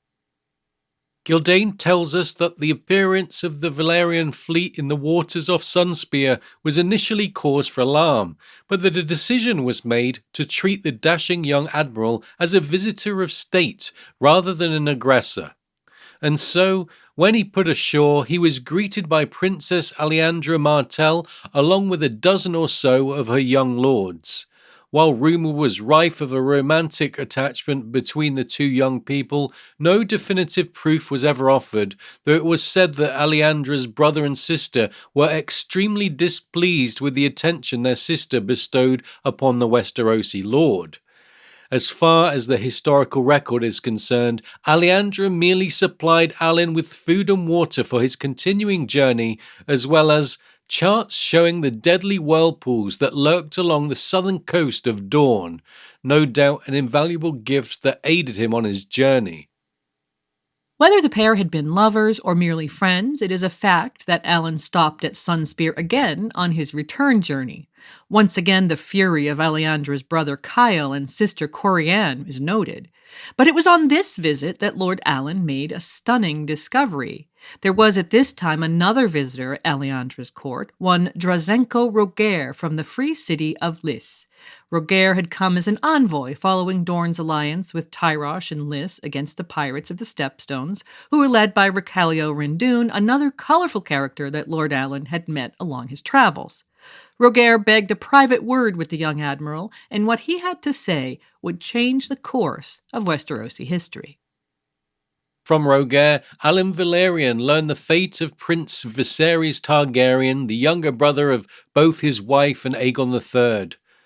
Thought lost since the Battle of the Gullet during the dance, it would turn out that Viserys had instead been brought to Lys, where he was raised by House Rogaire, who were extremely wealthy bankers. Alan Velaryon left Dorne the next day, headed for Lys, and eventually returned to King's Landing with his king's long-lost younger brother, Prince Viserys, the self-same Viserys who grew up to be his brother's, and then his nephew's, hand. Viserys later married a member of House Rogaire, Lady Lara, and as it turns out, so did Princess Alejandra Martell, who married Lara's uncle, Drazenko Rogaire, the very man who had aided Viserys' return to his family. The full story merits attention outside the scope of this episode, but the reason it's relevant here has to do with the succession in Dorne. There's a large gap in our knowledge between early in the reign of Aegon III, when the ruling Princess of Dorne Alejandra Martell married Drazenko Rogaire, and early in the reign of Aegon's son and successor Daeron, when the ruler of Dorne is noted to be a prince. While it's possible that Alejandra had a son with her Lyseni husband, who succeeded her as ruler of Dorne, it's difficult to reconcile that possibility with Alan Velaryon's enthusiasm for this new conquest of Dorne, given the connections of friendship and family that would have bound him and his young cousin to Alejandra. Yeah, would Oakenfist, or for that matter Daeron, have planned this sudden and apparently unprovoked invasion of Dorne if the Dornish prince was in fact a child of Lord Alan's old friend, Princess Alejandra, and also close cousin of Viserys' wife and children? Would Viserys himself have stood by without voicing any objection? While the history of House Rogaire in Westeros is extremely fraught, we think it's unlikely that House Targaryen and House Velaryon would have supported a direct attack on Dorne if it were ruled by a prince whose father had not only been a Rogaire, but also instrumental in returning Viserys to his family. And so we turn our eyes to Kyle Martell. Alyandra's brother is mentioned as having been furious and jealous about her friendship with Alan Valerion. Assuming that acrimony may have been mutual, then Kyle being Alyandra's successor, and he or more likely his son being the ruling Prince of Dorne in 158 AC, makes Alan's involvement in the war much more plausible. And of course, we await the second installment of the history of House Targaryen to clarify this particular matter for us. As for the plans put forth by Lord Alan and Daeron, it was said that the new king, who would soon be known as the Young Dragon, suggested a campaign that was similar but also superior to that of his famous ancestor. With no dragons to support the effort against a people who had centuries of experience defying the collective might of their neighbors to the north, Daeron proposed dividing his attack into 3 prongs. The first, to be led by Lord Lionel Tyrell, that is, the same Lionel whose infancy had prompted his regent mother to keep House Tyrell out of the Dance of the Dragons, would attack through the Prince's Pass in the western Red Mountains. The second, a naval force, would be led by Alan Valerion and would seek to seize control of the river Greenblood, thus isolating Sunspear from western Dorne. The third and final attack would come from the force Daeron himself intended to lead through the Boneway in the eastern part of the Red Mountains. Recall that the Boneway proved to be the undoing of Lord Orys Baratheon in Aegon's first Dornish war, with the Wills of Will using their superior knowledge of the region to ambush and capture Orys and his commanders, preventing their part of the invasion from ever penetrating into Dorne. Daeron would avoid this fate by using hidden ways and goat tracks to bypass Dornish watchtowers in much the same way that another young king, the young wolf Robb Stark, would facilitate his own invasion of the Westlands from the Riverlands nearly 150 years later.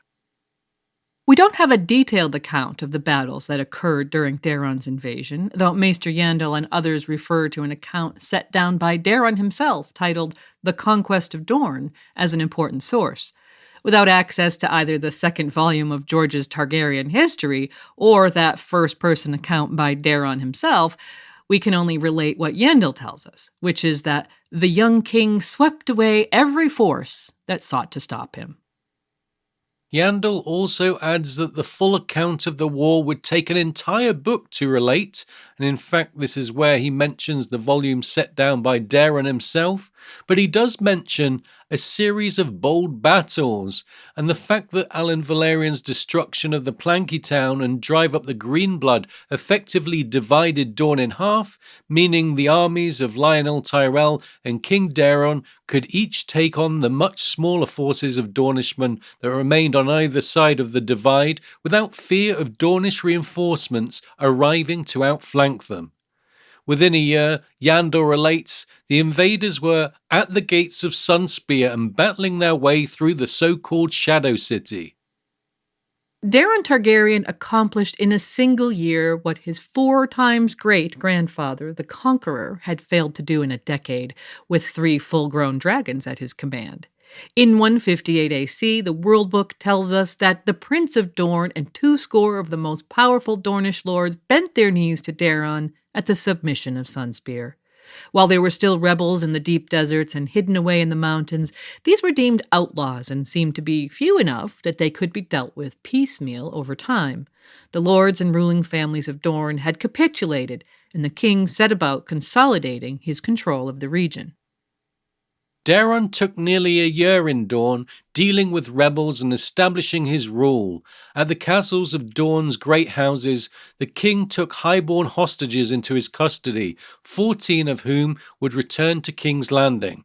Along the way, he dealt with the rebels and outlaws where he found them, narrowly missing death on one occasion when his cousin and Kingsguard Prince Aemon took a poisoned arrow that had been meant for him.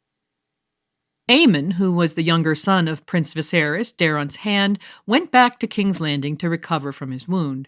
Daeron followed not long after, deeming the conquest complete and the hinterlands of Dorne subdued, leaving Lord Lionel Tyrell to keep the peace. While Daeron did have his hostages, who had already been sent back to King's Landing with his other cousin, Aemon's older brother Prince Aegon, It is said that he reckoned without the obdurate resistance of the people of Dorne.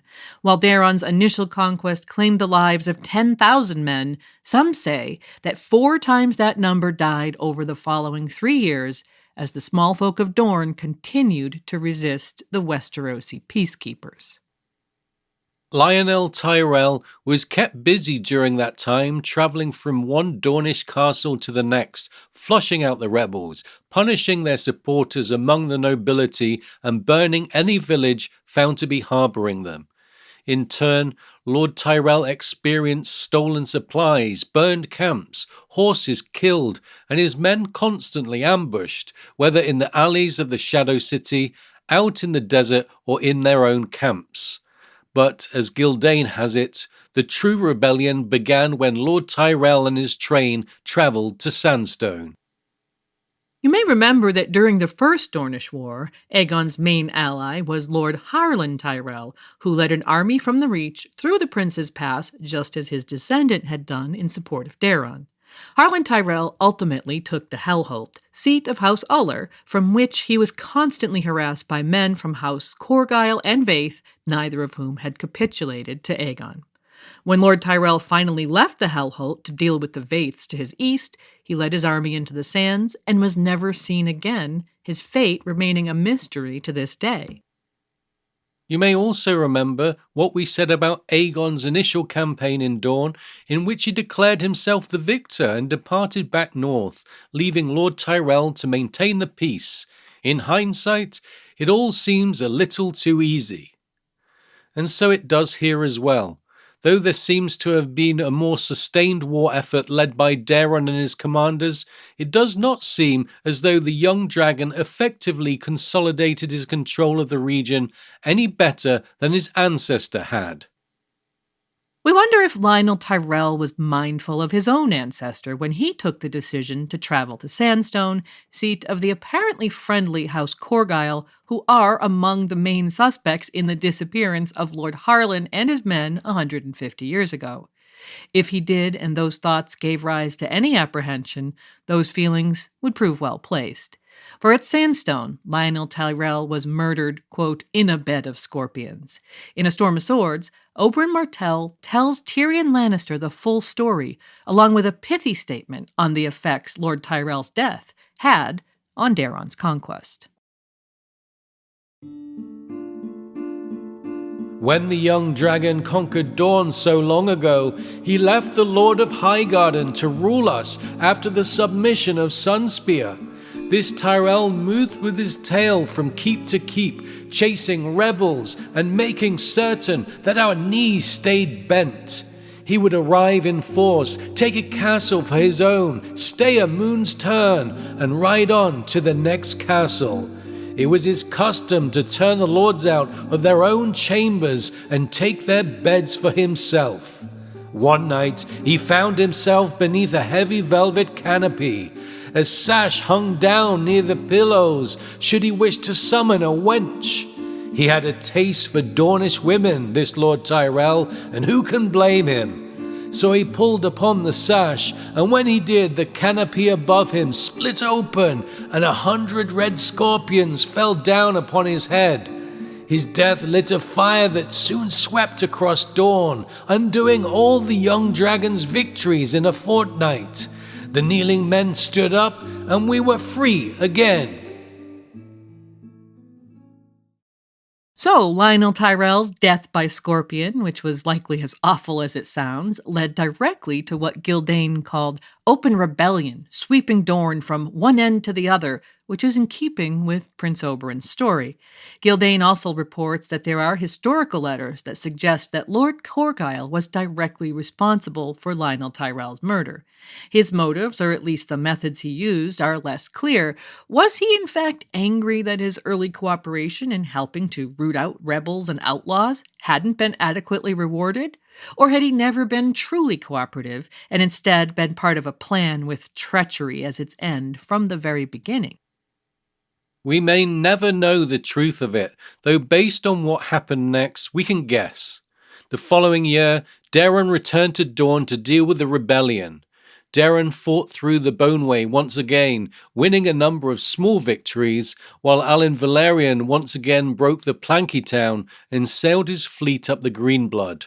It was an apparently defeated Prince of Dorne, along with his principal lords, who agreed to meet with Daeron to discuss terms and renew their fealty.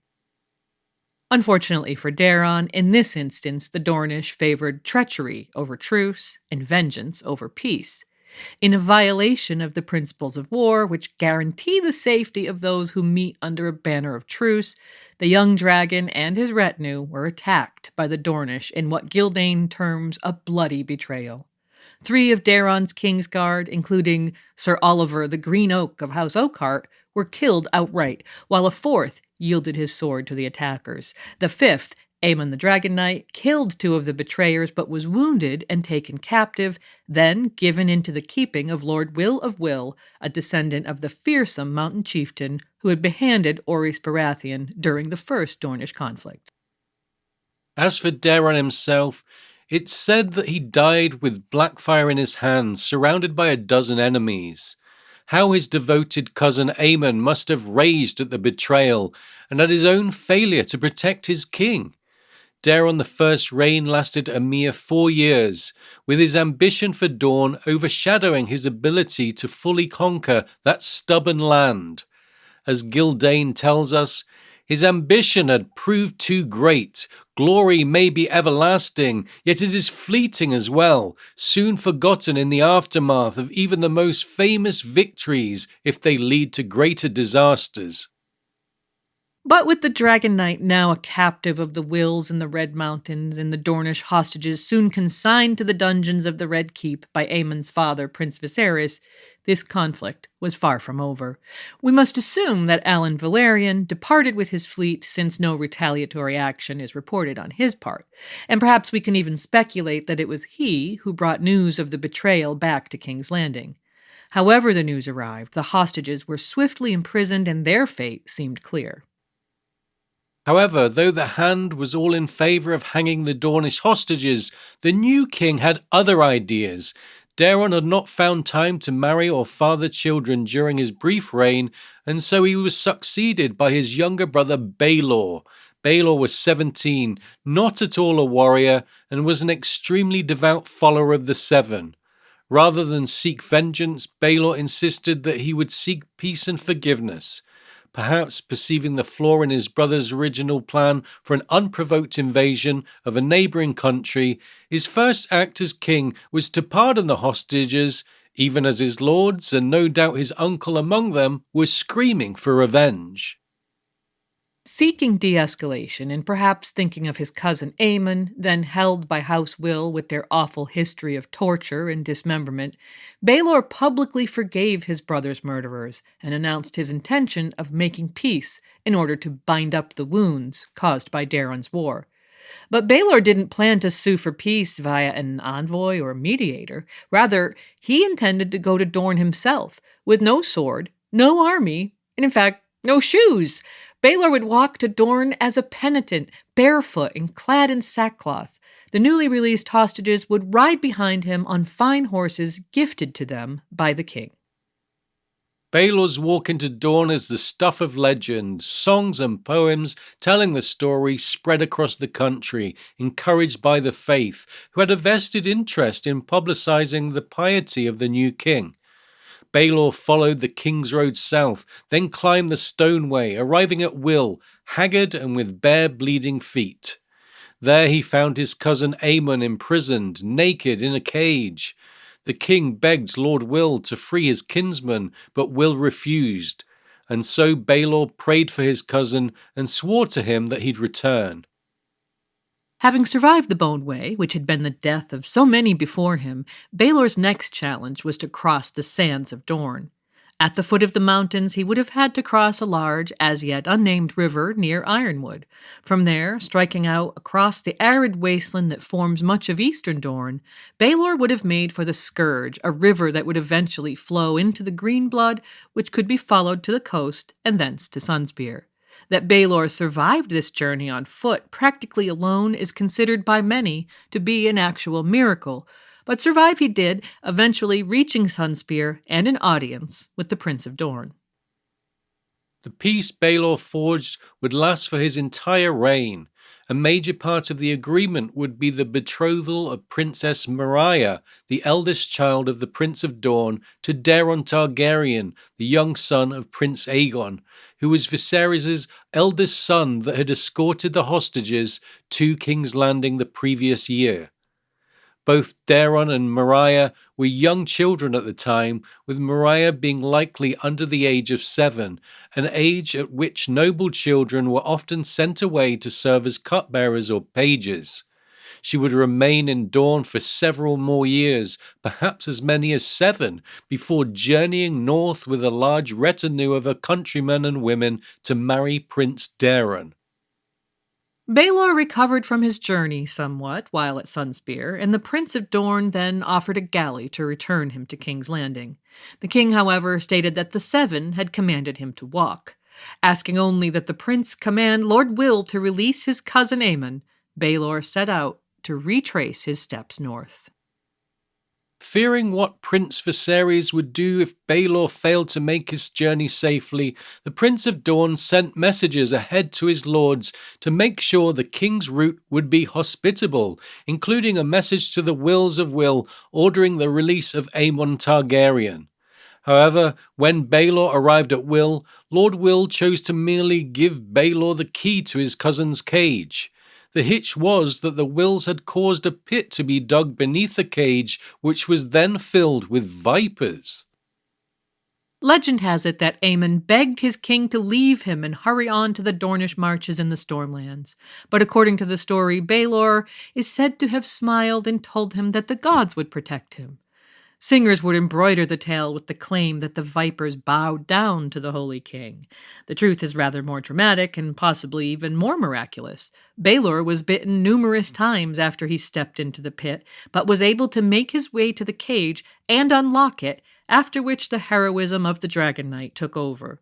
Pulling his cousin out of the pit and into the cage, Aemon, weakened from months of captivity, was still able to hoist the king upon his back, climb to the top of the cage, and make a jump for safety, all while the watching Wills apparently laid wagers on his chances of survival.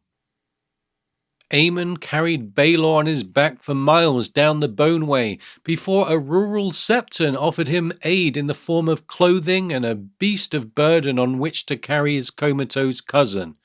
Reaching the lands of the Dondarrions, king and prince were conducted to Blackhaven, where the king was stabilized before being sent to Storm's End.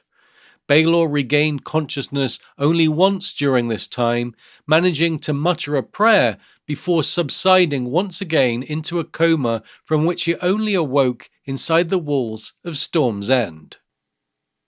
Baelor remained at Storm's End for half a year while his uncle Viserys continued to rule the realm wisely in his name, keeping to the terms of the treaty Baelor had made with Dorne in the process.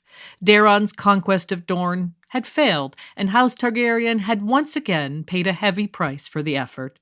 Dorne would remain unbowed, unbent, and unbroken, and when they finally did enter the realm, it would be due in large part due to the terms of Baelor's treaty and the marriages that occurred because of it, as we'll see in the final segment coming up next.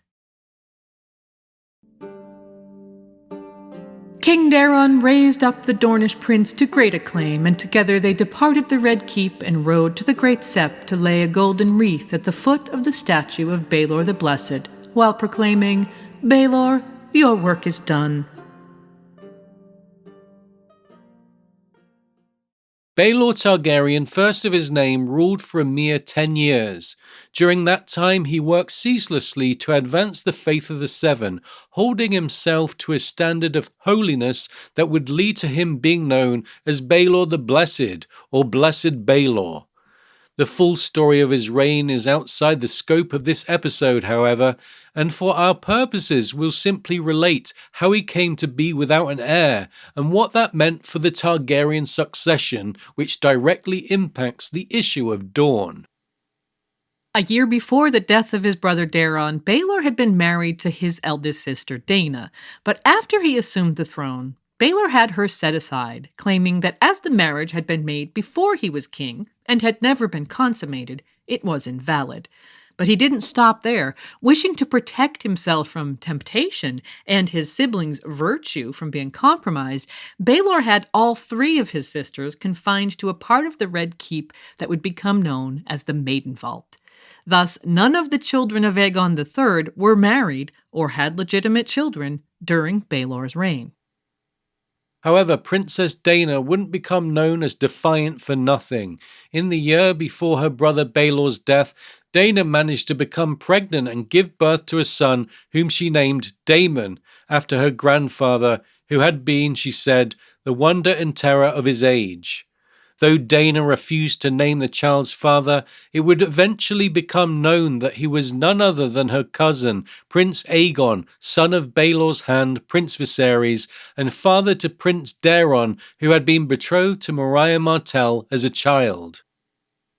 Around that same time, Daeron was at last wed to Princess Maria Martell, and the first of their 4 sons would be born in the same year that Princess Dana gave birth to her son, Daemon Waters. Theirs would prove to be a happy marriage, and we want to take this opportunity to revisit the question of Maria's ancestry. We've already expressed our doubt about this issue, but consider this further proof that it was either Kyle Martell or his son who forged the peace with Baelor.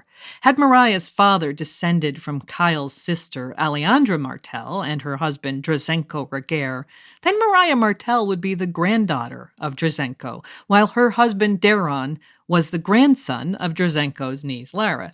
In other words, this pair would have been very close cousins, a thing which is never mentioned or hinted at in all the chronicles that laud their happy and fruitful union. Maria's arrival in King's Landing with a retinue of Dornish courtiers caused some consternation among Westerosi lords from the Reach and Stormlands, who had reason to view Dornish men as their natural enemies. The relatively short amount of time that ultimately passed between the young dragon's death and those of many others in his brief conquest of Dorne should underline that many people still alive during the years of Daeron and Maria's marriage had experienced a time when Dornish men were their mortal enemies. This was not just the case of abandoning ancient grudges. Many of the grudges were quite recent, and over the ensuing years, these feelings would solidify into outright mistrust and displeasure with the alliance between Dorne and the Iron Throne, as we'll see. Some say that Baelor's months of fasting after his sister's illegitimate child was born led directly to his death, while others see a more nefarious element, wondering if his uncle Viserys got tired of waiting, or perhaps even sought to protect the realm. You see, Baelor's religious rhetoric had grown to a point where he often spoke of demanding that all citizens of his realm follow the faith, something that would certainly lead to major issues with the men of the North and the Iron Islands who still followed their own gods. However it came to pass, Prince Viserys Targaryen, who had ably served his 3 predecessors as Hand, became king in 171 AC. Sadly, Viserys himself only ruled for 1 year. He passed in 172 AC and was succeeded by his eldest son, Aegon. Of Aegon IV's reign, we'll simply mention that his decadence and misrule caused him to eventually be known as Aegon the Unworthy, and widely acknowledged to be the worst Targaryen king to sit the throne, which is quite a distinction when one of your predecessors was Maegor the Cruel. Aegon's reign would last nearly 12 years, years characterized by lust and gluttony and personal strife, and a great many questionable decisions, 2 of which are highly relevant to this episode. The first came 2 years into his reign when Aegon, thinking to take up where his cousin the young dragon had left off, declared his intention of invading Dorne. Considering his own son and heir was married to a Dornish princess, in fact, a Dornish princess who had given up her own status as heir to the throne of Sunspear in order to come north and marry a Targaryen prince in the name of peace, much the same way that we'll see Arianne Martell being asked to do in the main series, we can only imagine the discord this would have caused within his own family, never mind with his chief advisors. Nonetheless, Aegon commanded that a huge fleet be built, thinking it would take a page out of Daeron the First book and sail up the green blood to isolate Sunspear from Western Dorne. At the same time, he turned to the Guild of Alchemists in King's Landing and commanded that they build him dragons. The result was what Yandol called wood and iron monstrosities, fitted with pumps that shot jets of wildfire, that the king proposed to be dragged through the Boneway and deployed in Dorne as weapons of war, as his ancestor the Conqueror and his sisters had burned Dornish castles with dragonfire during the First Dornish War. Aegon evidently didn't know that one of the key features of the Boneway, as we've discussed, was its stone steps chiseled from the mountains by Dornishmen of the ancient past, and definitely not amenable to the passage of wagons or siege engines. As it turned out, that particular barrier wouldn't matter. En route to the Red Mountains, first one and ultimately all 7 of Aegon's dragons caught fire in the Kingswood, and soon almost a quarter of that great forest was ablaze, and the machines were lost, along with hundreds of lives. Simultaneously, his great fleet was destroyed by storms en route to Dorne, and so Aegon's invasion ended with a whimper, and the king gave up on his Dornish ambition, never mentioning Dorne again. When Aegon died 10 years later, in 184 AC, he made a proclamation on his deathbed, which is the second highly questionable act of his that's relevant to this episode, when he proclaimed that all of his acknowledged bastards, of whom there were many, would be legitimized on his death. Whether out of a desire to cause chaos in the reign of his son and heir Daeron, with whom he had an increasingly oppositional relationship, or something else, none can say. The results would prove to be the former, though, as the legitimacy of his eldest bastard, Daemon Waters, who had taken the surname Blackfire 2 years previously when his father had bestowed the legendary sword of the Conqueror upon him, would soon become a flashpoint for those unhappy with Daeron's rule. Since Daeron, who would become known to history as Daeron the Good, was known for his wise and peaceful nature, the hatred and disdain so many of his lords held for him might be something of a mystery, if we considered only his policies.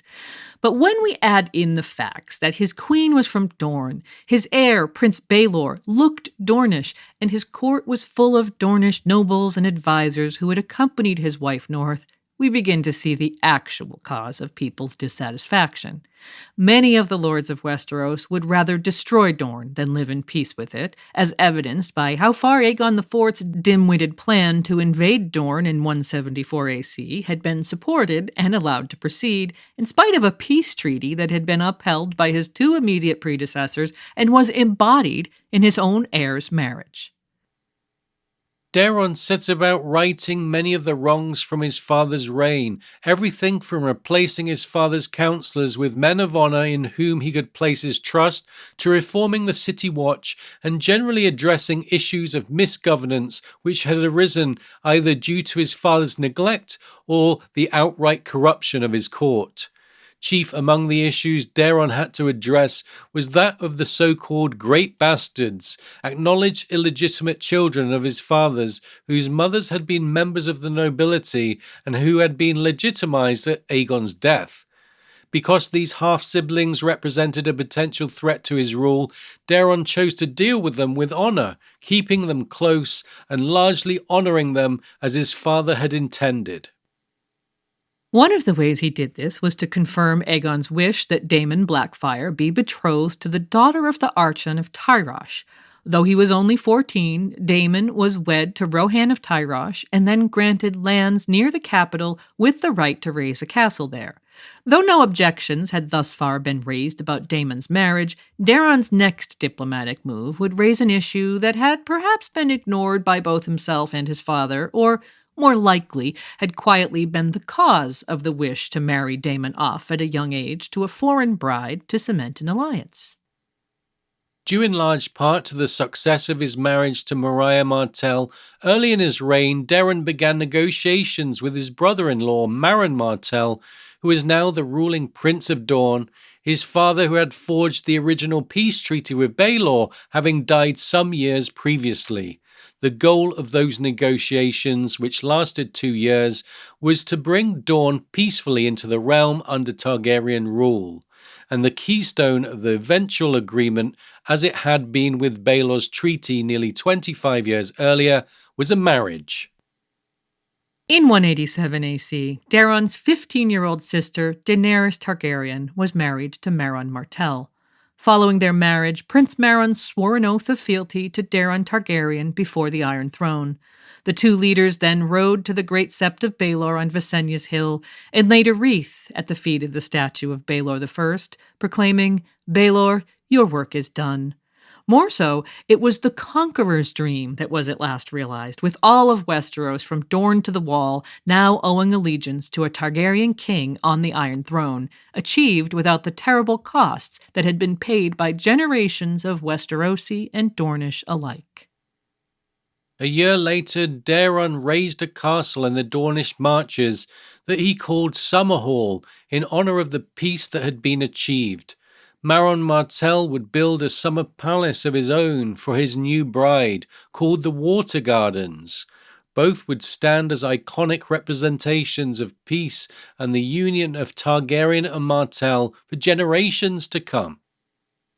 In the meantime, the terms that Prince Meryn had negotiated for his fealty, that Dorne would retain the right to keep their royal titles and autonomy to maintain their own system of laws, as well as to assess the taxes they owed the Iron Throne without regular oversight, would lead to dissatisfaction among Daeron's lords, whose own remote ancestors had not negotiated similar privileges with Daeron's remote ancestor, Aegon the Conqueror. Daeron, they would declare, was subject to too much Dornish influence, and his wife's countrymen and women held far too many positions at court for the liking of such lords. Finally, we must address the issue of Daemon Blackfire's alleged love of Daenerys Targaryen.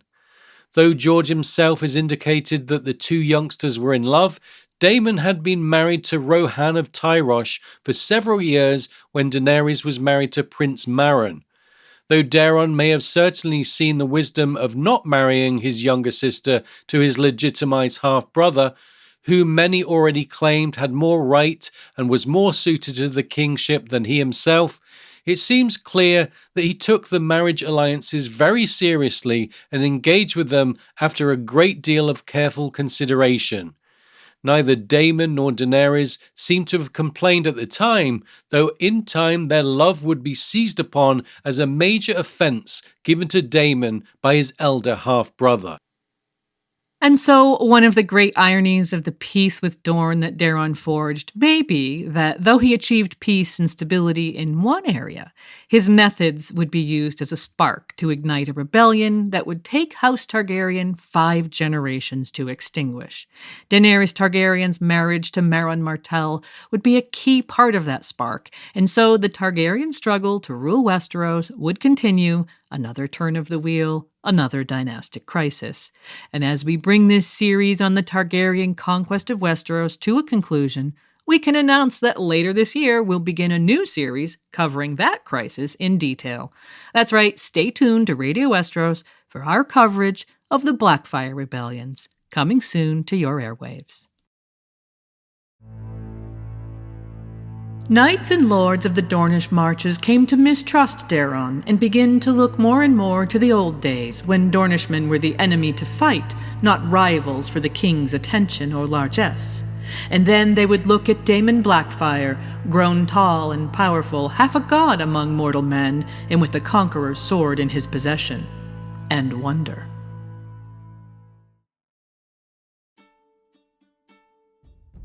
Thanks so much for joining us today. We hope you enjoyed our deep dive into the Dornish Wars, and as usual, we'll end the episode by giving credit where credit is due.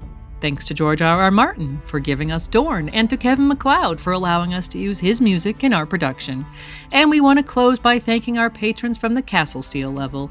If you enjoy the podcast, consider being a patron, and you could be hearing your name here too. Many thanks to Tori Loon, AJ, Aegon the Sixth, Allie B, Casey, Cassandra, Lady Amalthea, Chris, Christian, Sir Clint DeGendel, Courtney, David, Darian, Dimitri B., Dennis, Lady Diana Dane, Esme, Liza, Emily the Erie, Ezra, Felix, Gerald Garcia, Sir Gladworth, Sir Gregor the Toasty, Lord of the Breadfort, Ingvild, Something Like a Lawyer, Jim McGeehan, Winter's King, Red Jimba Rivers, John Aris, Rider of the Ice Dragon, Sonarion, the White Storm, Ara Finway and Glorian, Judson, Katie, Kenneth, Tree Girl, Sir Galahoo of What, Anne Hayden Jones and her husband Pip, Lena Snow, known as the Twilight Star, Lemba, Lomas Knight Rider, survivor of the Yeen Sleepover, Lord Leighton with the Highest Tower, Mage Marmot, Monero Geek TV, Maria, Margareta, and our cohort of Matts, Matt A, Matt C, Matt K, Matt L, Matt M, and Matt R, as well as Beatrix Rainfall, Maester Mary, Molly, Nimble Nick One Eyrick, Peter Pebble, Paul B, Paul H, PJ, Peter, King Ray, first of his name, Richard, Rickle Pickle, Sam, Sir Swift the Peppered Knight from the House of Black and Grey, Sir Larcelot of Bee Hill, Cern, the Rat Chef de Cuisine, the Peppered Knight, Terry, Sir Terence, Knight of the Cedars, Steph Lioness, Vince, Quarren Halfhand, and Yvonne. As always, let us know if I've pronounced any of your names wrong, if you have a nickname you'd prefer to use, or if you feel we've left anything out. Visit RadioWesteros.com for quick access to all our podcasts. You can also find a link to our Patreon campaign, donate via PayPal, and comment on our content there. Or find us on YouTube, Apple Podcasts, Spotify, Audible, or wherever you find your podcasts. And you can connect with us via Instagram, Discord, email, or Blue Sky. Thanks again for joining us. We'll see you soon with another new episode. Bye for now.